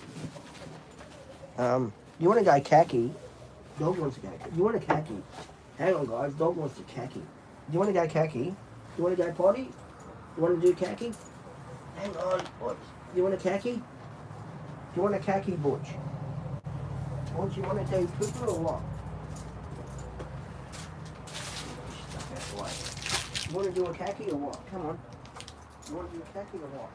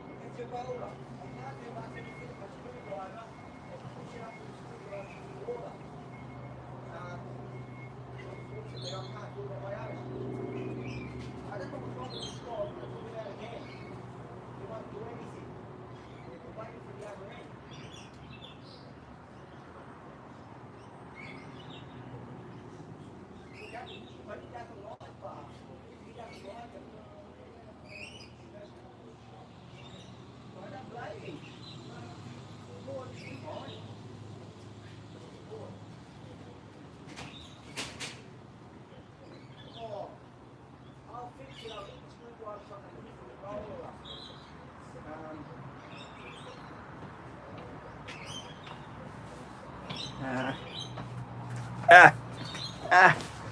Sorry guys, problem with the door. It won't shut properly. The sliding door. I've got a little screw. I don't think it's real.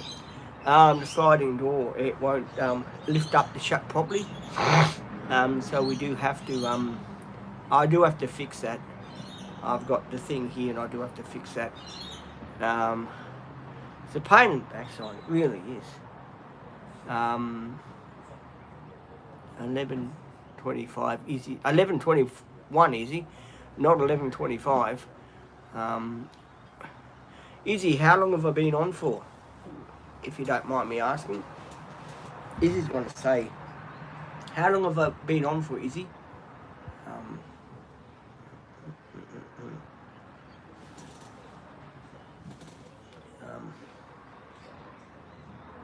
I have got my battery box in there. I haven't used it today because I plug into the power here.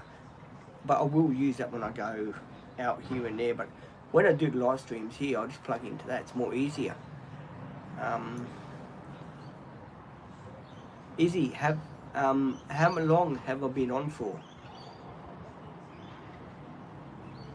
I do these monster live streams. I think I've been on for 3 or 4 hours.